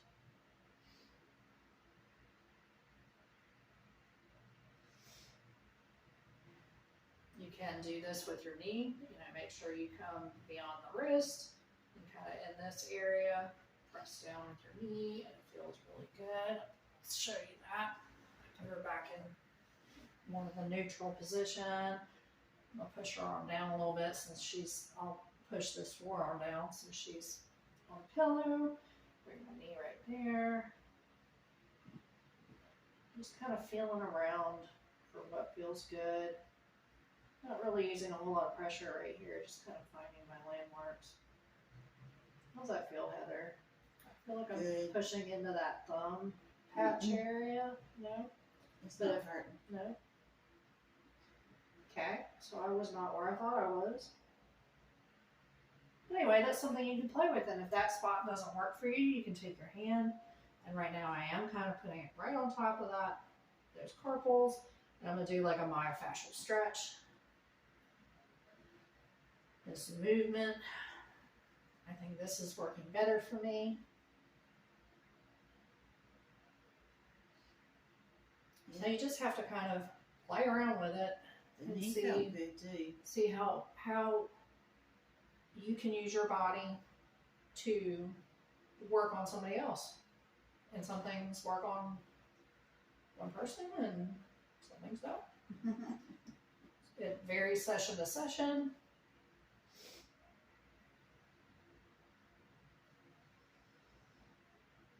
And when you see other people doing work, it's always different. So you get to try new things and make stuff up as you go, so you don't really get bored doing this.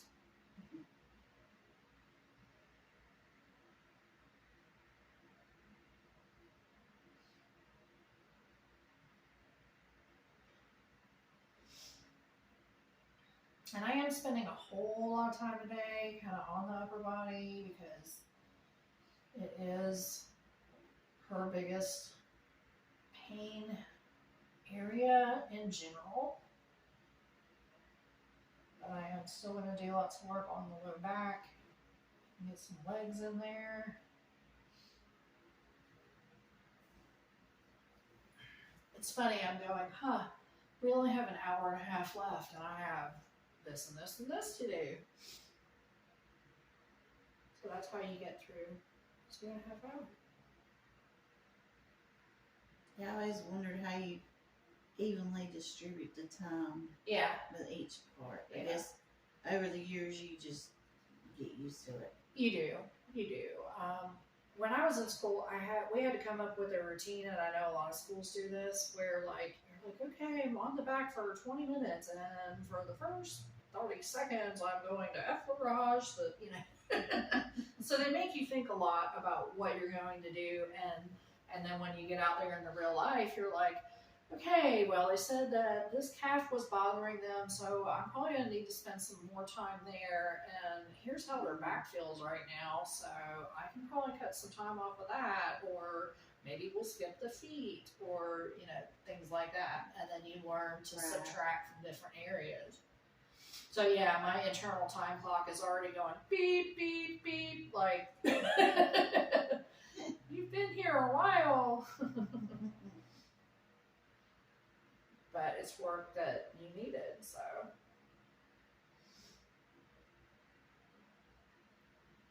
Too much. Okay.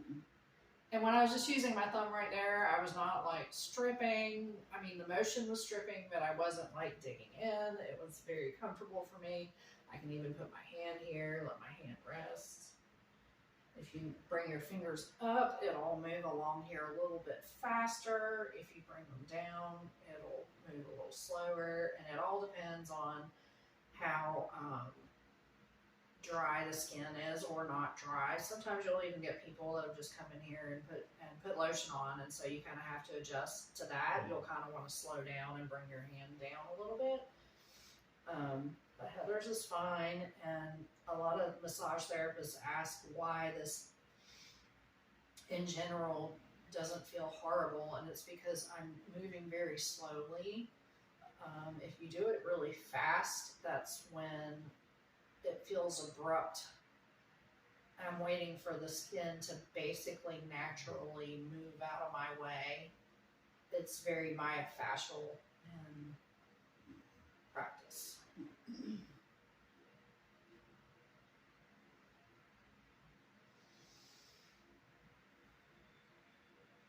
It's not real interesting to watch, but it feels really good. Yeah. But there are massage therapists out there right now going, I wish somebody would do that to me. I need to go tell so-and-so about this. Like, that's how I feel when I watch the videos.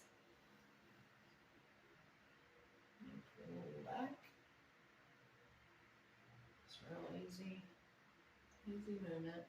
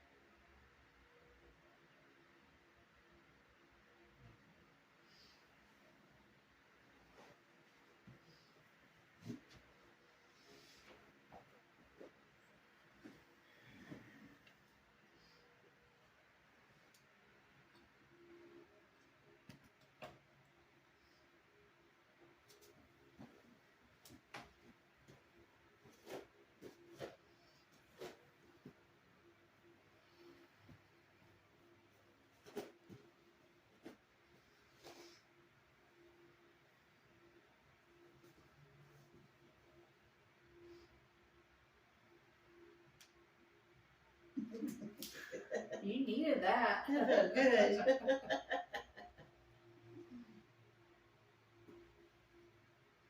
And right now I'm just pulling on her arm and I'm leaning back. I have my knees underneath me. This is stretching out my quads and my knees and my low back, and it feels good to me. And it's also stretching out Heather.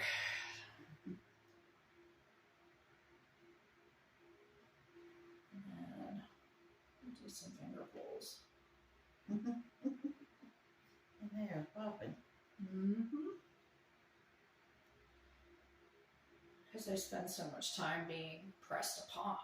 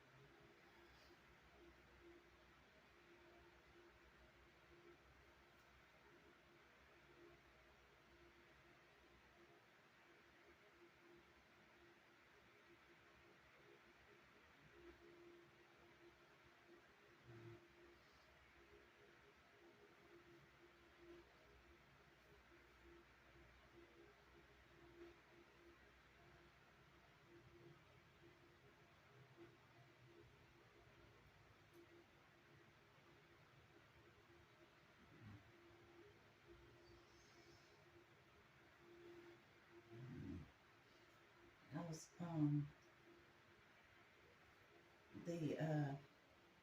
I don't know what I was gonna say. Okay. Pressure. I mean, not pressure. The tension in my like you said when you was doing my thumbs, like it was going in a little bit. Is that like carpal tunnel or? It's just normal tension. Okay. Now, Gotcha. when you've typed for 30 years and it's really pulled in here and it's causing you all kinds of problems, then there probably is some carpal tunnel kind of stuff going on. Gotcha. So usually pretty much everybody I will do this to. And most people it feels good to, but some people need it more than others. Right. Like yours is not really alarming, but I would imagine that it is sore in there. Yeah, this is my dominant, so this is the one that's constantly. Yeah. And so you could just, can't really see it, but you can kind of just stick a finger in there and move it around. Yeah, the good then. Yeah. Because I know last time you was like, we'll address it more whenever we do the carpal tunnel, so I was like, is she feeling anything I need to be aware of? I mean, it's tight, and it's tight because of your job, and I think because we work together regularly, that like, number one, surgery always needs to be like the last answer. People need to try this before they do surgery, because I've had people that I've reversed their rotator cuffs issues and carpal tunnel issues, and they don't have to have surgery now. Good. So. Yeah, because remember when I first started coming, I was hurting in my right shoulder, and we were like, might be the rotator cuff. Yep. I don't have that issue anymore. Yeah. After coming to you for so long. Then we move on to something else, you know, and then we keep doing maintenance and keeping this stuff from building up to the point to where you need surgery. Like, I'm able to move this around pretty well. Like, that's some not tense meat right there. It's good and hydrated, and things are moving and working like it should be. So, but yeah, if you didn't get regular work and didn't do any stretches or anything at home, like, you would definitely be feeling it from work. Yeah.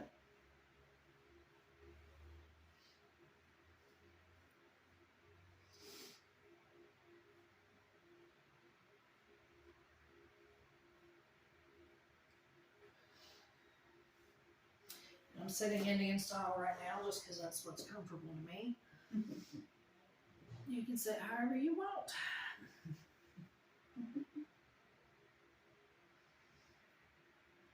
Again, I'm kind of coming around my pec minor and that armpit area in here. And what I'm doing is putting my thumb right up against that pec, and then I'm coming up here by the clavicle and kind of grabbing around some of there. And it feels like it's really tender right there. Is that, yeah. And then I'm just creating some movement to help both those areas move around, warm up. I guess, is that your thumb in my underarm? Because I could feel it like shoot a little pain through there. It's called referred pain, and they don't really, quite know what causes referred pain. Well, I mean, if it's real local, that could just be a nerve or something. But like, if I touch this and you feel it at the top of your neck or something, they don't really know why that happens. We think it's just something that happens along the connection way. But everything is connected.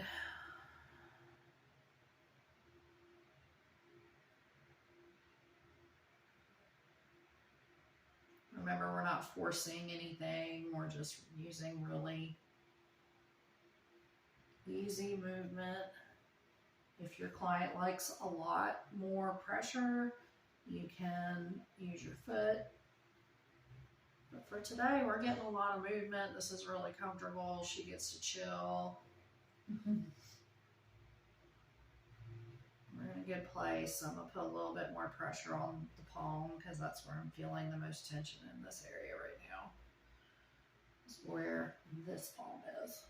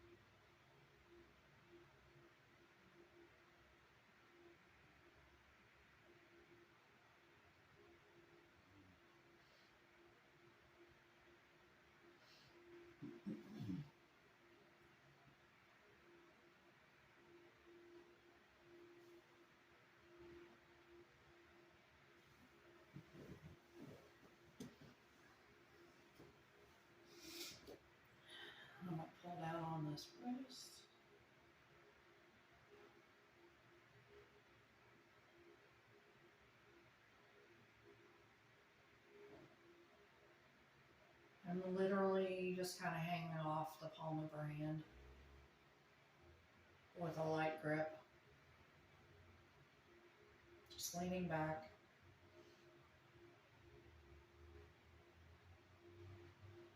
And then I come up, grab up a little bit further, lean back.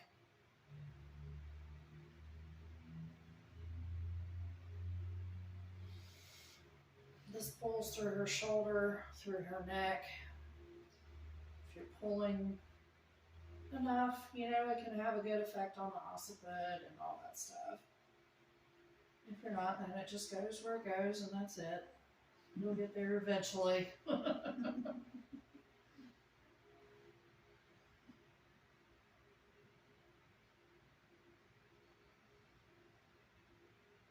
Just depends on a person's position, what's tight, all that stuff. No worries. And I'm gonna try and get this in a neutral position on this pillow. And I'm going to use my hands right above these landmarks. Go across the forearms. I see a bruise right there. It doesn't hurt. Okay. You can either ask the client if it hurts, or you can just kind of avoid that area a little bit. But since ours is kind of dark, I figured it might be okay. I'll let you know if it's too much. And you know, if you have somebody with sunburn, you might want to use a little bit of lotion here, but in general, all this work is done without lotion. I feel that you can stay on top of something for a longer period of time. It warms it up, gives it feedback, and makes it release in a much more natural way than me scraping and digging 1,000 times across something in the hopes that it's going to change its mind. Mm-hmm. And that's just the way I feel, and other people feel differently, and that is fine.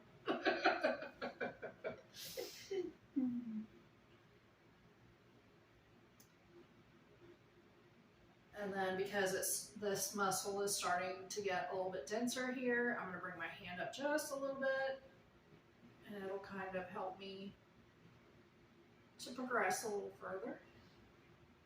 And then we can just kind of stop and hang out somewhere and move stuff around and do whatever you want.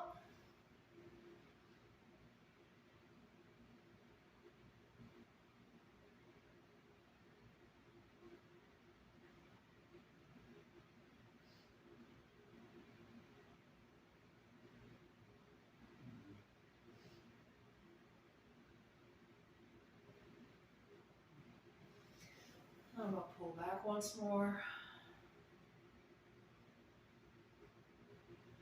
All this movement just helps everything to relax. And then I'm going to put this here, let that come down.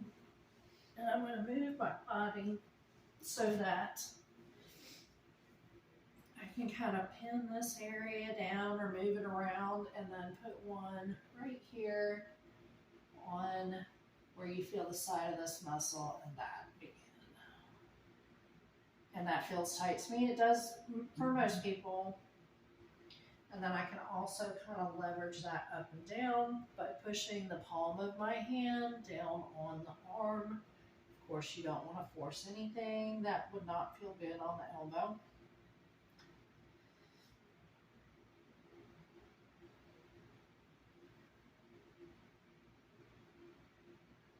I have my weight evenly distributed between whatever is making contact with the ground and Heather. So when I have four things, 2 hands and 2 knees, it's distributed across it. I'm kind of letting my back arch up a little bit because that feels good.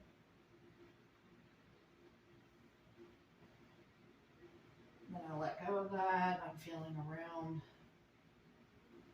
for new areas. I kind of like these spaces that are kind of in between because you catch both and they're kind of sensitive. Mm-hmm.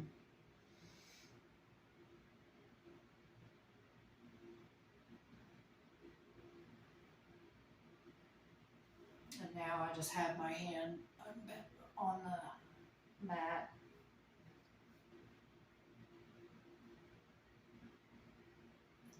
Ooh, those are sensitive. Yeah. And this will just help more with numbness that goes down this arm. It helps with that tension.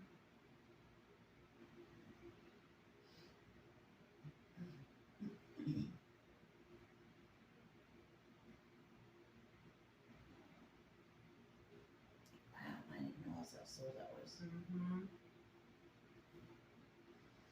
Mm-hmm. When we do these smaller sessions, they're great, like for just a little, you know, fix up. But like every once in a while, I feel like people need just to get everything addressed again. Mm-hmm.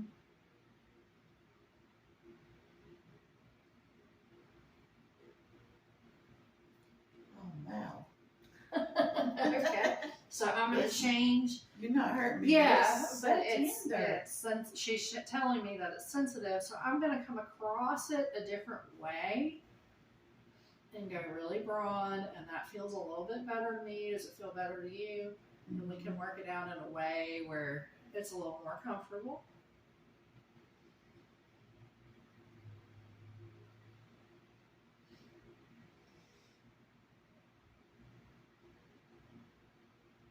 I'm going to put my hand below that joint. And push, move around.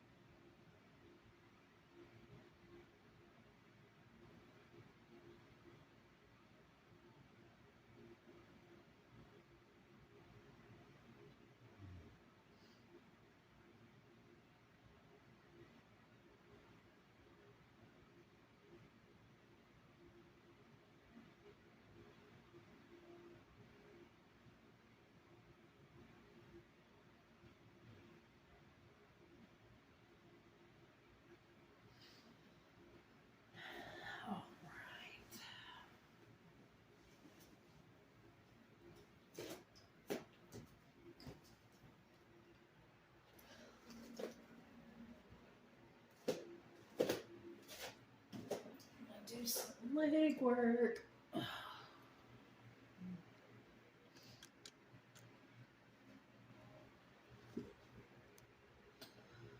If I can find an angle.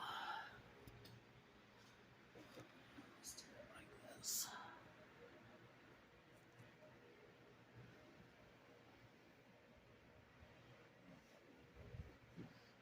Okay. This is kind of cool because I get to use my knees on memory foam, and usually, well, there it is, the electric blanket plugs in the way. But I can move their feet out of the way of the plug and then put my knees down like this. And it's comfortable if you do it on the mat too, but it's just kind of extra nice today that we have this. I really like it. Yeah. I did, I don't know if I told you that, but I developed a massage to do in here with, you know, it's just like, I throw a little bit of this kind of stuff in with it, but then you get the lotion and the muscle work too. But I can do deep tissue better. I can get into the forearms better, you know, than on the table. And I was thinking, well, why don't I just, because some people do complain about like their sternum, it's too much on the floor. Right. So then we have to use some pillows, which is cool and fine, but I was wondering how this would be and how, you know, it would probably help with back pain for some people. Because really, I think mat work is. Isn't it nice that you don't feel like you're not going to fall off a table? Yeah.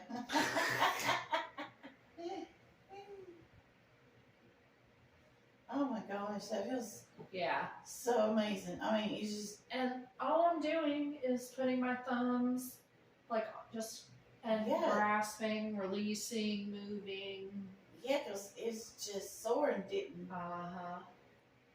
And at night we've been having the boys rub our feet because the balls and the heels hurt. Yeah.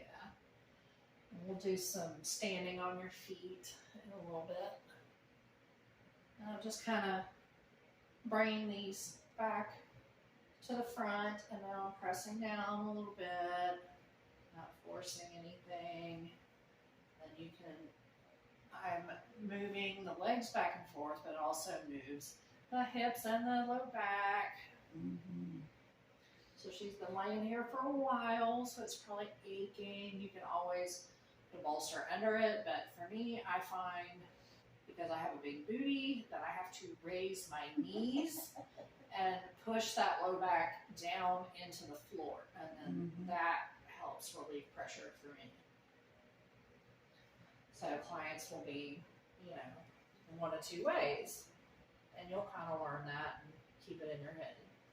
And with this cushion under me, my back's not felt like it's trying to lock up. Yeah, good. Yeah, because some people, it will get to be quite a lot if you try and have them flat on their back for too long. Okay, that's a little too much pressure. Yep. So we got into some really tense areas here. I'm dragging that cooler around again.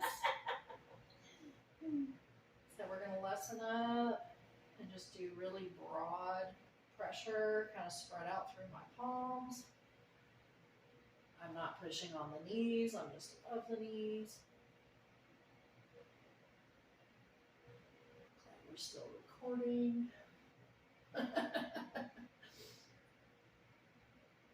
Will it automatically cut off after so long? No, I just want to make sure that, like, for some reason I didn't fill up my SD card and now it's not recording. That's right. But I've cleaned it recently. It should be good. So I just want to make sure. I still saw a red dot. Alright, now I'm going to kind of uncover one leg, and I'm going to bring the foot as far back to the glutes as it will go, and it looks like about there. And then I'm going to bring my leg across the foot to help just brace it. And you can sit however you're comfortable, but you really want this brace right here. And, okay. Then you're going to put your hands around the knee. You're going to lean back, and you're going to leverage that back with your body weight. Keep your arms straight. My back is kind of straight. I'm just moving back and forth. I don't know if you can see it, but the back of her low back is moving, maybe coming up into a different alignment. It helps to get rid of that low back pain that you get when you're laying face up. And I'm also, you can't see this in film, but because I'm kind of pulling and pulsing like that, her whole body is doing this as well. So it goes through her shoulders, her neck, everything is just kind of nodding around. And that gives decompression to the spine, helps with neck problems. I can uncover. I'm good. Okay. That way they can see. Well, the camera view is just on your lower part right now. And I feel like it helps to zoom in on the work, but it doesn't show top half. So yeah, I can feel it in my lower. It feels good. Yeah. And we'll just take it in different angles.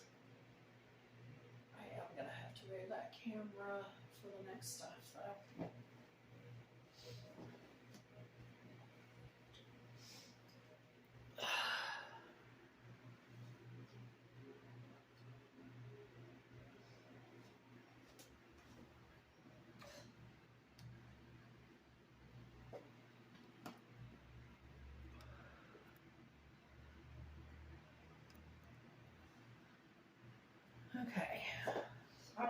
good an angle as this is for them to see, but I can see the whole body. They can see the whole body. That's good enough.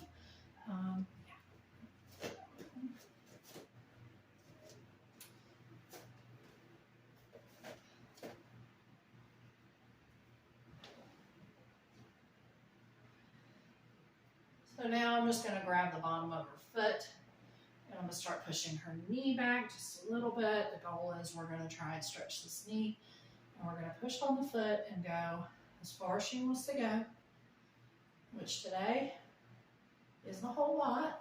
Or as far as the pants will let me go. Yeah, true. Yes, okay. There we go. Yeah, she's wearing scrubs so that can get, you know. You guys wear scrubs too. You know how it is. So this is about as far as her knee wants to go. So I'm just kind of going to push in and out. It just kind of encourages it to stretch a little bit. And this is what we want to do. And then this is a little, I guess, more advanced, but you're going to put your left foot parallel like that. And I'm putting her foot kind of right there in the crease. And then I'm moving her knee out a little bit. I'm going to put my foot on top here. My hand. See, this is what I'm like. I'm sitting here going, did I say that right? I don't know. I can't remember. I'm not used to saying this stuff in normal day stuff. So anyway, then you're going to just kind of lean forward and it brings her knee back and it starts moving this hip. You can bring it in, change the angle a little bit. Oh, that feels good. Go again. I feel it right here. It helps open up the hip, that SI joint. Oh, yeah, that's all that stuff. All that stuff gets tight because we have to sit at our jobs all the time. And it just doesn't get to move around. So now we're just kind of warming it back up, letting everything stretch. I have my arm propped on here, kind of have her foot pinned.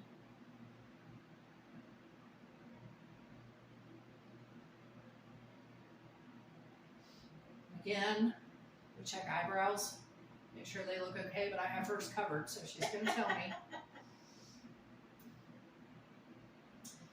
And that's enough of that. I'm going to bring that down, put this foot by the knee, see how far, because it's out a little bit like this, her hips are a little tight, which is normal. She's sitting all day. So I'll put a little pressure here, a little pressure here. Nothing crazy. Lean forward a little bit. See how they do. Is this the kicking part that you talking about? Well, that's why you watch. Because you don't want to get to the kicking point. That's not how you want to run your business. Right. Some people, they'll go, they're flexible and their knee will go all the way down. Heather here is fairly flexible. Hey, yeah, still got a little elastic in there. Not too awful bad. Yeah, I feel it right in that area. Yeah. And then that's probably enough of that. So we'll bring it back, grab the foot, shake it out. Knee back.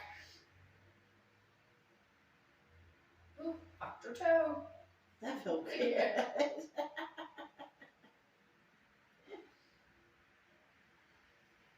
Then you can come and do palm presses on quads. You can use your thumb on the shins.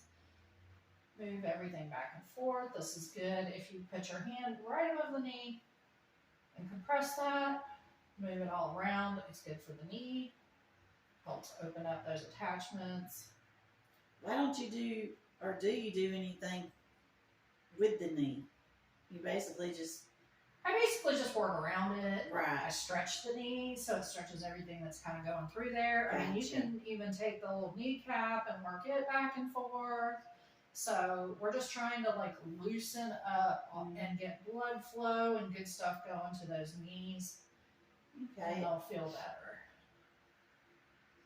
Of course, we can't do anything about cartilage that's been worn down, or Right. hydration is important for synovial fluid, but you know. That's why I was wondering if you didn't actually do anything with the knee cap and stuff because of people more sensitive, torn cartilage, stuff like that. Yeah. Yeah. If somebody says, like, there's torn cartilage in my knee, it's bone on bone, I'll work these muscles around it because that feels good. It gives it kind of a different position that it can go to, or go to a more natural, neutral position. And, but, you know, you can't put cartilage under there. Now, I might would go like that and see, you know, if they have a reaction to it, because it's really gentle, you know, but you wouldn't do anything extreme. If you watch Robert Gardner's classes, he does, and I will when my foot's feeling better, but you can stand on these quads. You really want training before you. I don't put all of my weight on the quads because I'm just a scaredy cat and I have to work on that. But I can use my foot, and I use my suspension to put some pressure on there. I can show that to you today. So I don't think you can see my suspension, but I'm just grabbing a hold of a loop. It's something that helps me to stay stable. And if you have good core strength, you can do this as well. But I know that her knee is like right around in here. So I'm just going to take like the ball of my foot, the arch of my foot, whatever, and step lightly on there. And then I'm just holding onto a loop. I can actually put my arm through the loop. And the point of that is just to help me stabilize and keep all of the pressure from being on this back foot. And then I can, you okay, Heather? A little too much. Yeah. Yep. So I'm going to kind of come more in with my arch. Is that better? And adjust the pressure a little bit. So it felt like I was kind of crossing that funny a little bit. But I'm not using a whole lot of pressure right here. Just kind of giving it some broad pressure. Yep.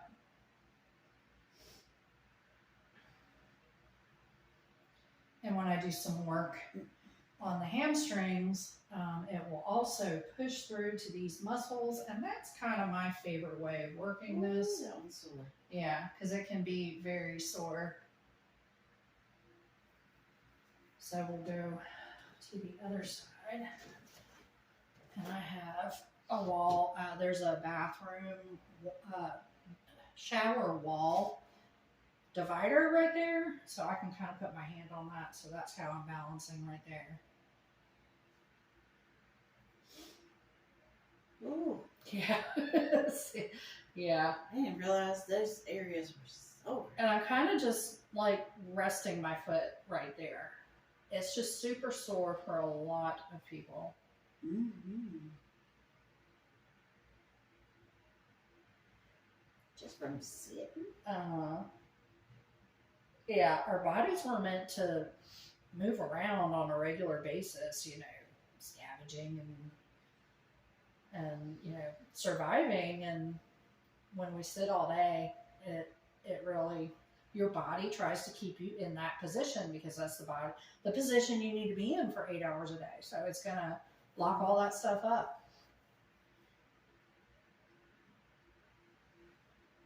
It's locked up all right. Yeah. Oh boy.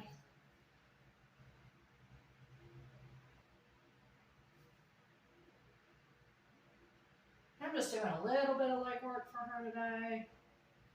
We got 30 minutes left, and I know she really wants me to get to her back. So I'm going to do some stretches real quick. So we're going to do this knee. Thank you for adjusting your scrubs. Yep. Sorry. No, you're good. We used to have to do yoga and scrubs every night at school. And, you know, so I know you can stretch. You just have to, I work with people that come in here wearing their skinny jeans, and it's comfortable for them and they can stretch. So whatever works. And usually I don't do a lot with my lower body. It's just my feet and my upper body. Yeah. Because that's where I'm mostly hurting. Yeah. And because I don't feel like doing that other move, I'm going to do this move. So I just brought her leg out, and instead of putting her foot up in here and doing all that, I'm just doing it this way because I feel like it. And it feels good. Yeah. Doesn't matter how you do it. Just get it moving. Okay, we're going to put, let's finish the hip. That one doesn't go out as much. I'm going to see if maybe I can bring this up a little bit. And that doesn't bring it down a whole lot. So this side is definitely tighter, and that happens. Yeah, I feel it. Mm-hmm. So I just gently have my hand on top of this, up like right above the knee on these muscles. I'm just moving it a little bit, then I'm going to pin this down and move, and you can move on up.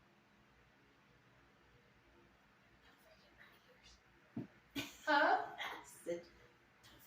Yeah, I know. I gotta remember to do her ears. She's not gonna let me forget, and that's only fair because I tease her. How is your neck feeling, by the way? Do I need to go back up there some more? Yeah. It feels good. Okay. Because I don't want to leave you hanging on neck work either. That's not fun. Okay, and then there was one more thing. What were we doing? Okay, low back. I gotta bring your foot up. And, you know, these scrubs could be restricting her some. Mm-hmm. And I'm going to bring my foot, my leg, not my foot, my leg across You her just stretch foot. that. Nah. I mean, move it. No, you don't have to. I just landed a little overzealously, but I can adjust. And then we're just going to lean back, pull on this knee. You can see, now you can see a little bit how her body's moving up and down, just a little bit. And that helps, again, with the neck and the spine. It helps decompress all that through the sacrum, through the hip. And I'm also working on the quads, right above the knee, helps with the knee. Feel anything in your foot? I don't know. She just feels good. Good. Relax. Yeah. All right. And then I'm just going to kind of pull all this out.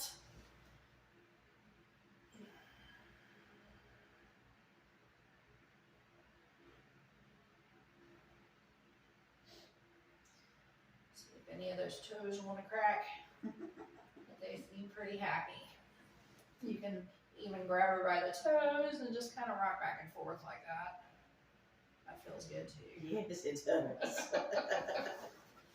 Yes, it does.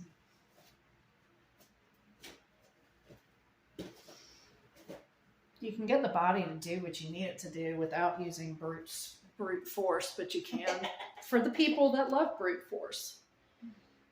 So, all right, we're going to do the ears.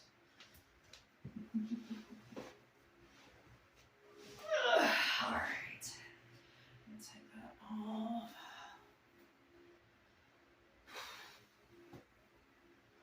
I'm like, losing breath. All right.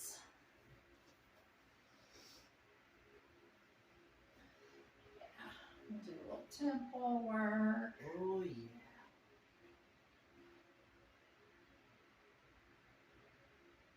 Do a little right between the eyes and the little worry lines.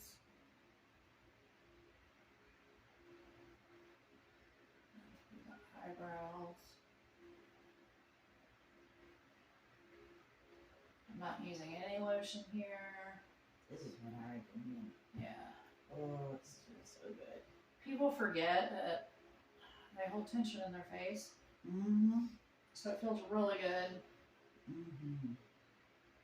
And then I'm going to bring my fingers right next to the nose, kind of hook them right under that ridge. And then I'll pull across.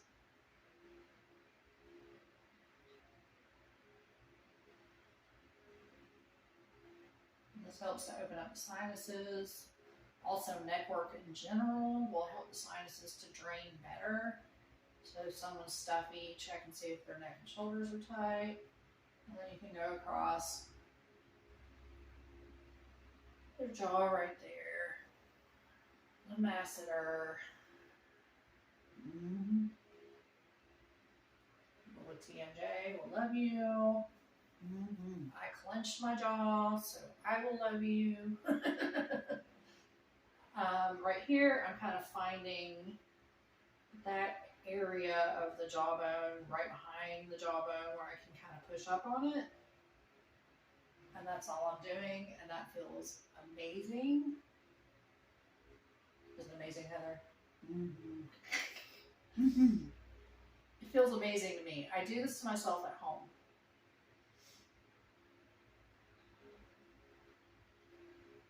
I'm just pushing that jaw straight forward, gently, and just kind of letting it prop up on there. And that gives a lot of relief there. Okay, so the ears. All you gotta do is grab the earlobe and pull straight down. Just squeeze them between your fingers. You can go slow or fast. Well, I prefer slow. I think it gives more depth to the feeling. If there's any earrings, you avoid the earrings. You grab something else. You grab the inner part of the ear. Some people have dates, so you're going to go more in here. But you want to work your way all the way up the ears. And then at the top, you're going to just draw them towards you, draw them back down. And usually because my fingers are here anyway, I'll grab the occiput and pull. Push the head forward a little bit.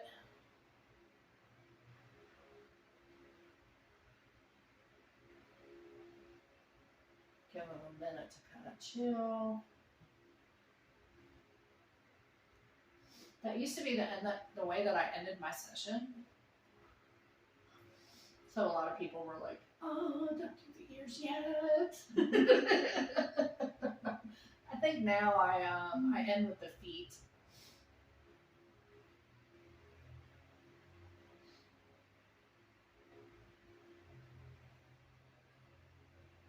When I'm doing a table massage session, when I'm doing Thai, I just kind of start with whatever's bothering them the worst in the best way that I can, and go from there.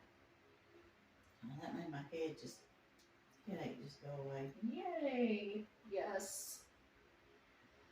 See a lot of people for migraines and headaches, and they have a ton of neck and shoulder tension. Mm-hmm. And when you alleviate that, it helps alleviate the headache. All right, I'll have you turn face down. Oh, rip. Oh my goodness. I'm ready. You don't slide really good. Or gracefully. Nah.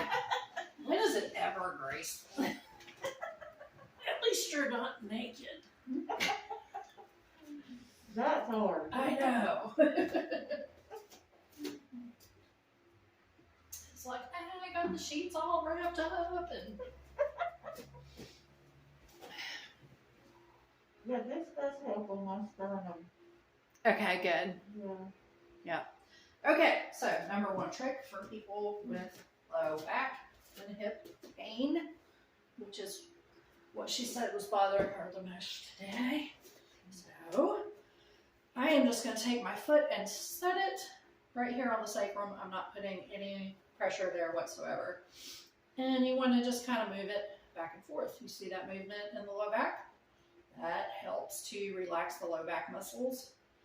It's also moving the SI joint, which I find, if someone says that they have sciatic pain and it comes around the side of their leg, I find that the SI joint is super sore.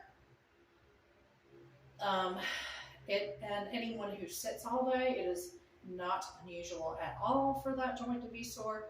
So the first thing you want to do is kind of get it warmed up.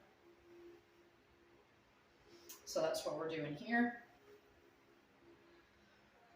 You can bring your foot and right. That Yep, that's the edge of the sacrum right there. You don't want to put any pressure down until you find what you're looking for. She's already making a face. Okay, so that's she's not ready for that. So I'm going to move my foot down a little bit to a place where it's broader, it's below where the problem area is, and I'm going to just move it around. And yeah, I'm putting a little bit of pressure here on Heather because this is a problem area.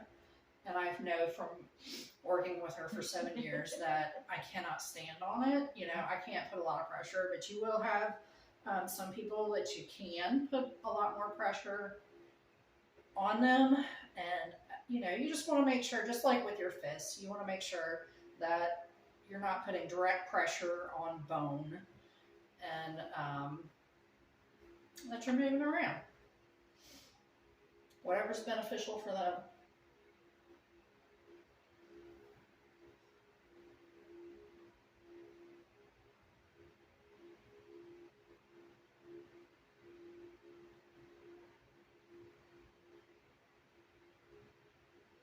And then I am going to put my hand against that wall. Well, I do actually have a big strap here because this is the one that stretches across the room. So I'm just going to grab a hold of this, wrap it around my hand, and use this to kind of steady myself. And I've been using this foot a lot, so I'm going to change it and use this foot. So I'm just going to put this up here real gentle. You can't move like this if you're putting pressure on there. So, and move it around. You'll kind of find your landmarks. You'll feel where the spine is, and it's not on the scapula, and I'm kind of on the rib cage, and that area is going to be sore. So I'm just moving around the fascial layers and warming them up. Woo! This is kind of an impromptu teaching thing, so this is really, other than Monday, which was a complete surprise when I walked into all those people. It was wonderful. I hope they enjoy this work and get, I mean, even if all you do is incorporate some of this into your massage practice, every little thing you learn will help. All right, now I'm going to take this other foot.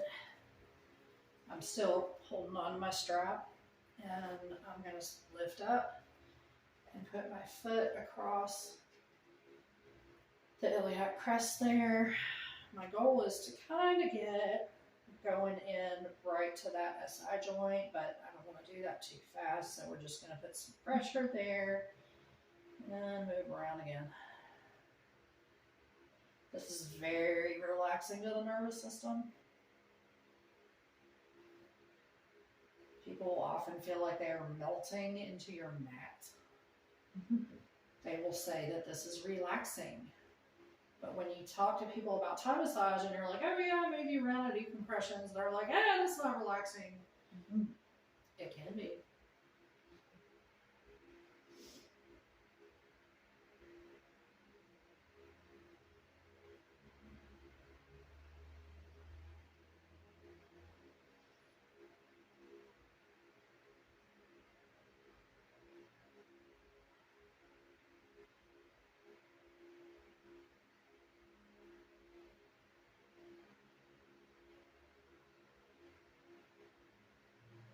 And that's enough of that, so I'm going to let go of this right here. Let that strap fall. Bring this down. I'm going to get back on my knees. I can be on or off the mat or memory foam or whatever's comfortable for you. I'm going to put my palm in between the spine and the scapula.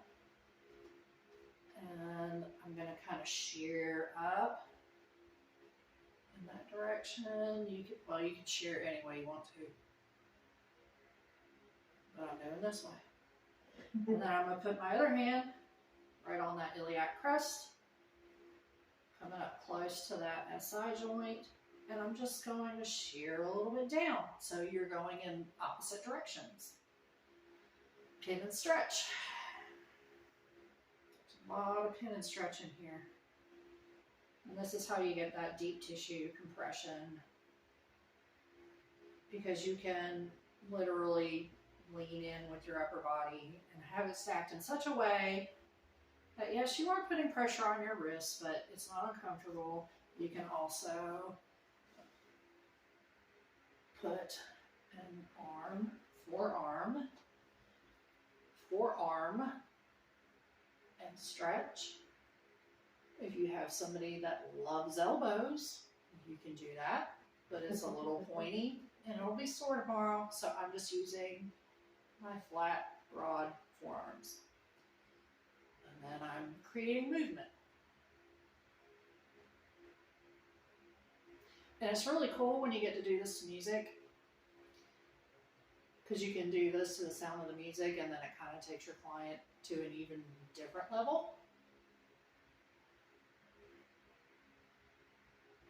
Then I call this the Vulcan grip, but I'm not going to be mean to Heather, so we're going to do it in a way that I hope Heather likes. So, you know, you kind of have your hands in that grip, and I'm going to grip the front of this trap and put my thumb on the back.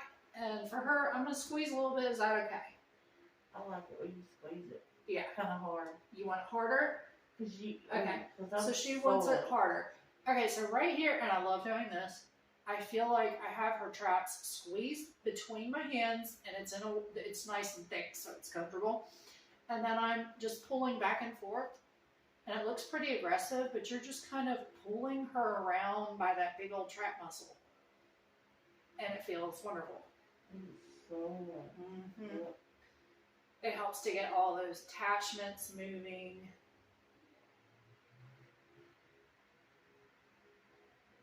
Doesn't take too much effort. I mean, I kind of do this in massage now. I never did that until I started doing Thai, because I never would have thought to just grab a muscle and move somebody around by it. Yeah, it does. I probably would have thought that would have been disturbing, but it's probably wonderful. It does.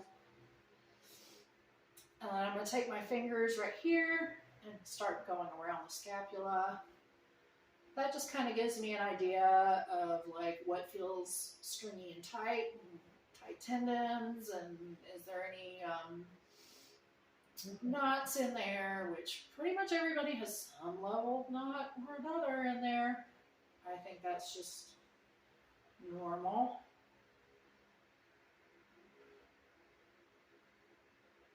Then you can go back to what you remember doing when they were on their side.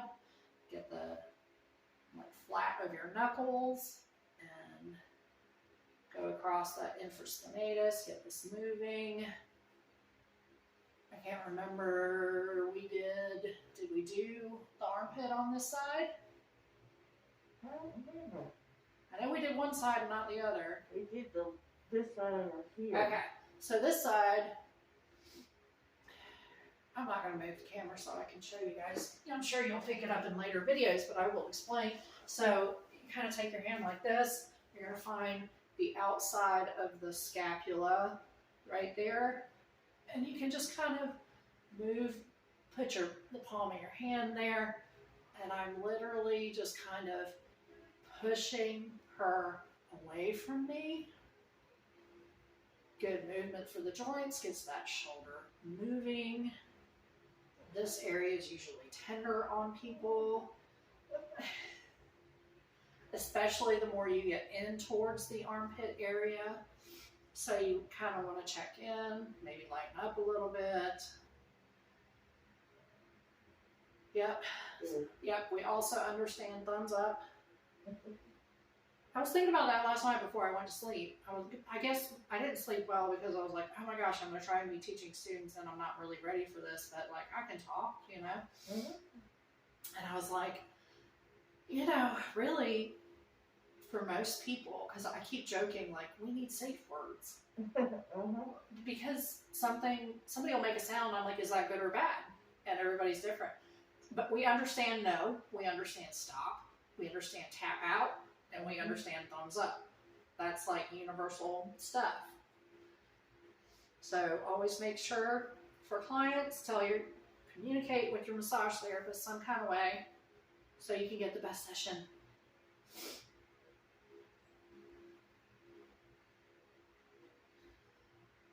Now I'm going into these little muscles right by the spine, the erectors, and then the stuff that's even further in, like the multifidi and all the stuff that's kind of right between the discs. I'm not putting direct pressure on the discs. I'm just kind of pushing down right here and then moving back and forth just a little bit. So we're just beside the spine. And then I'm going to go down here and see how that SI joint feels. We're just going to do really easy. Okay, so it feels better. We're going to go a little bit lower, kind of in this SI joint and across that sacrum, where that little is. You'll feel it. Where the sacrum and the iliac crest.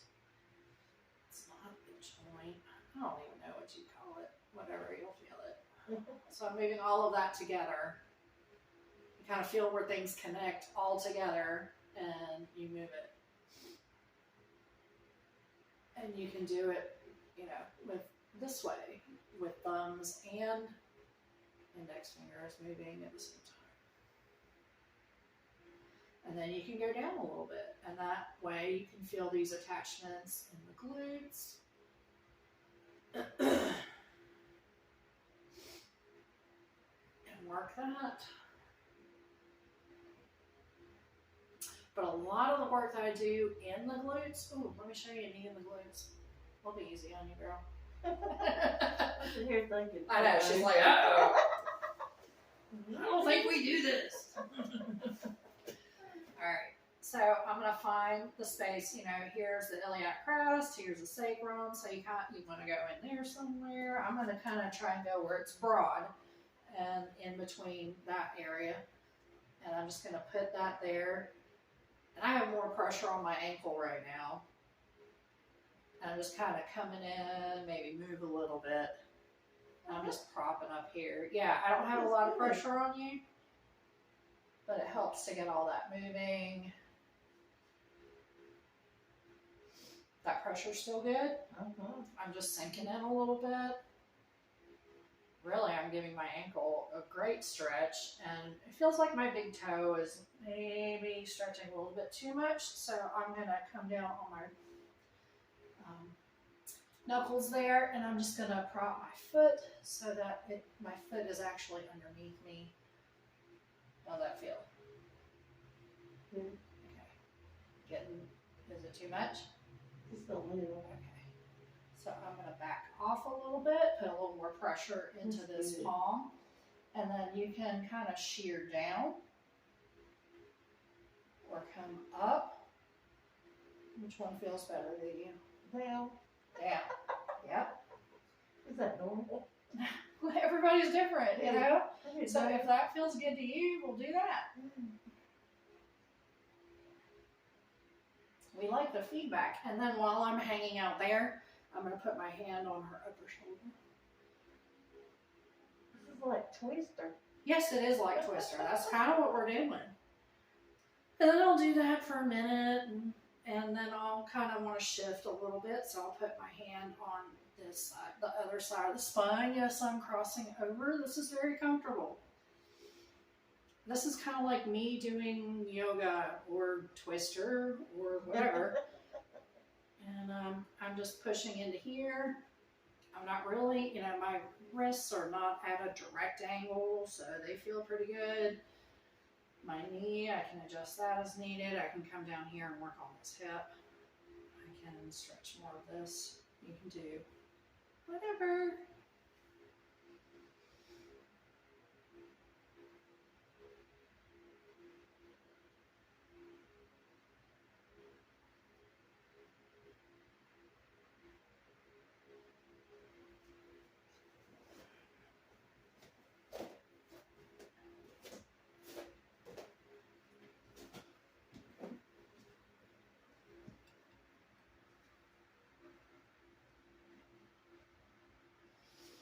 Okay, so then we're gonna switch sides, and I need some water. Are you good, Heather? I'm good. Okay.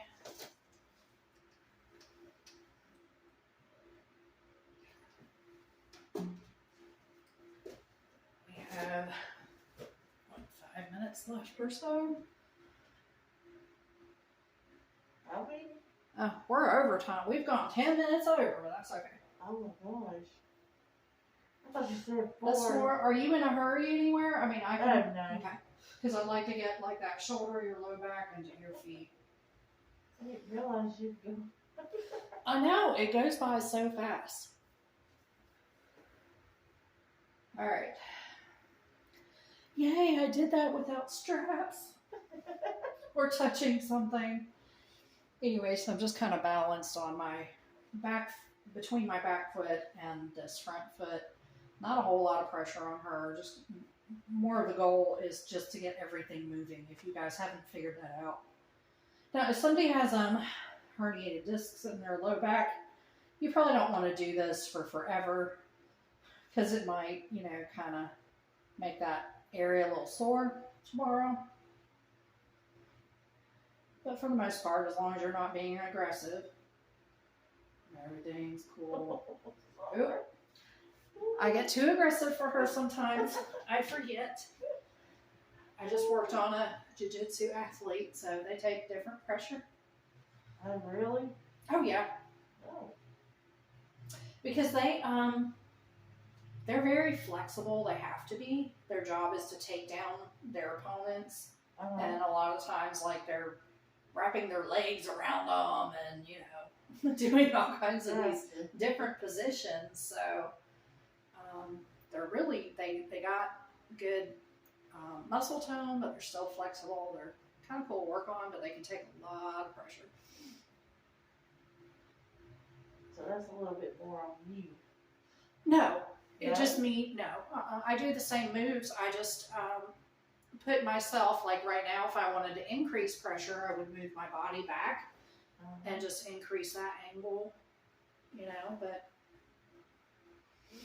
you just find whatever's comfortable. And then, of course, you can do flat forearms up here. And I'm not putting a whole lot of pressure, but I can prop up. I can move it. Make sure you are not on the spine. That is my biggest pet peeve.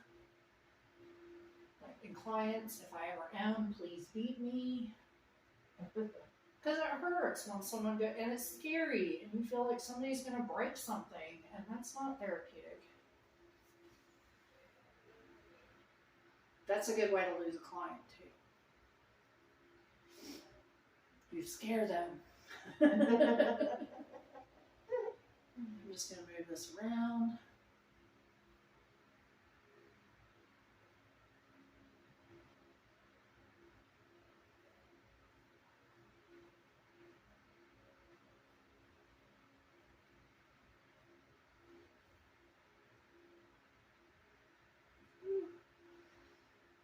Feels a little knotty right there, so I'm gonna move around some more. I'm right outside the shoulder blade. Feel some knots.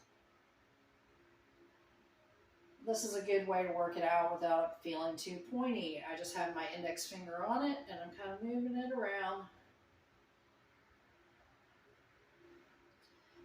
And I'm kind of feeling different areas where I'm like, if it's over here, I feel it more. So yeah, we're just assessing and trapping and moving. And the goal isn't necessarily to get the knot to go away. No, you just need it to relax a little bit, and then it'll let go of all that tension. It's normal for them to be there. Sometimes they never go away for certain people, and some people never have them. So don't feel like there's something wrong with you if you have knots. Everybody does. Mostly. Yeah, I didn't know that. Yeah. I think it's where the muscles, you know, you have so many different layers of muscles, and that's where they cross, because they tend to be in the same general area, and depending on how you work, you find them in the same spots on everybody. Okay. I think they've just gotten aggravated. The muscle's tense. It kind of pokes up. It feels like crunchy granola. And you just got to kind of get it to calm down. And that's a lot of where you'll find that pain radiates is when you find those spots. But there's lots of different theories. That was my teacher's theory, and so that makes sense to me.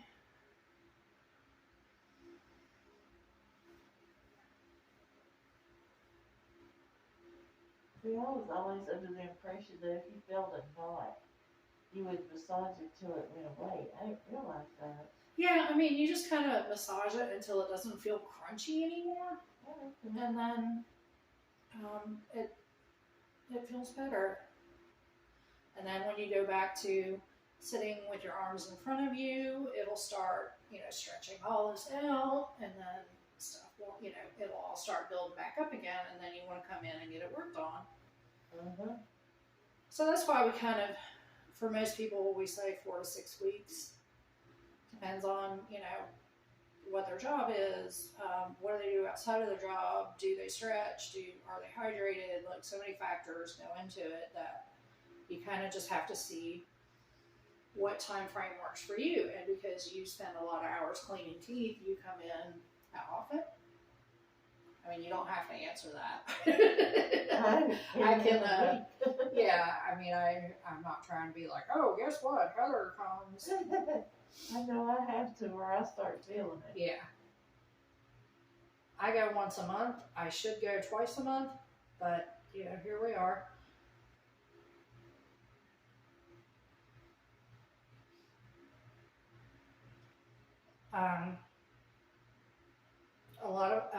A lot of independent massage therapists think, like the ones that use Square, they can take HSA payments. That's a topic for a different video, but just remember that.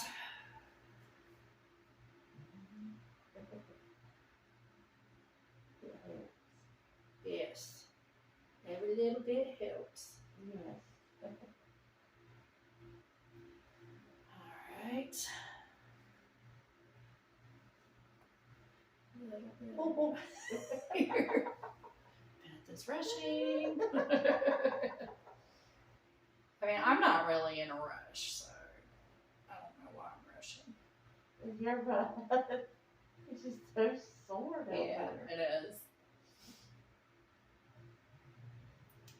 Again, right here, I'm not using a whole lot of pressure. Because I would probably hit the same. Yeah. No, I'm a jitsu fighter here.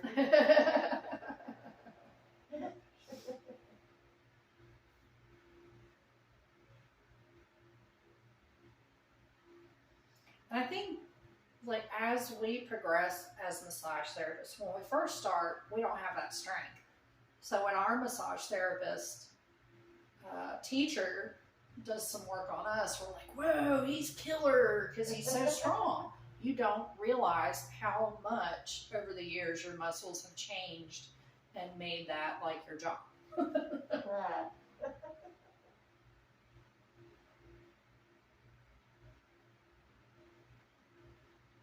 So we'll go in and think we're giving an awesome massage, and somebody's like, they killed me. Oh, why didn't you tell me? Right. We didn't know. We thought we was doing good. Uh-huh.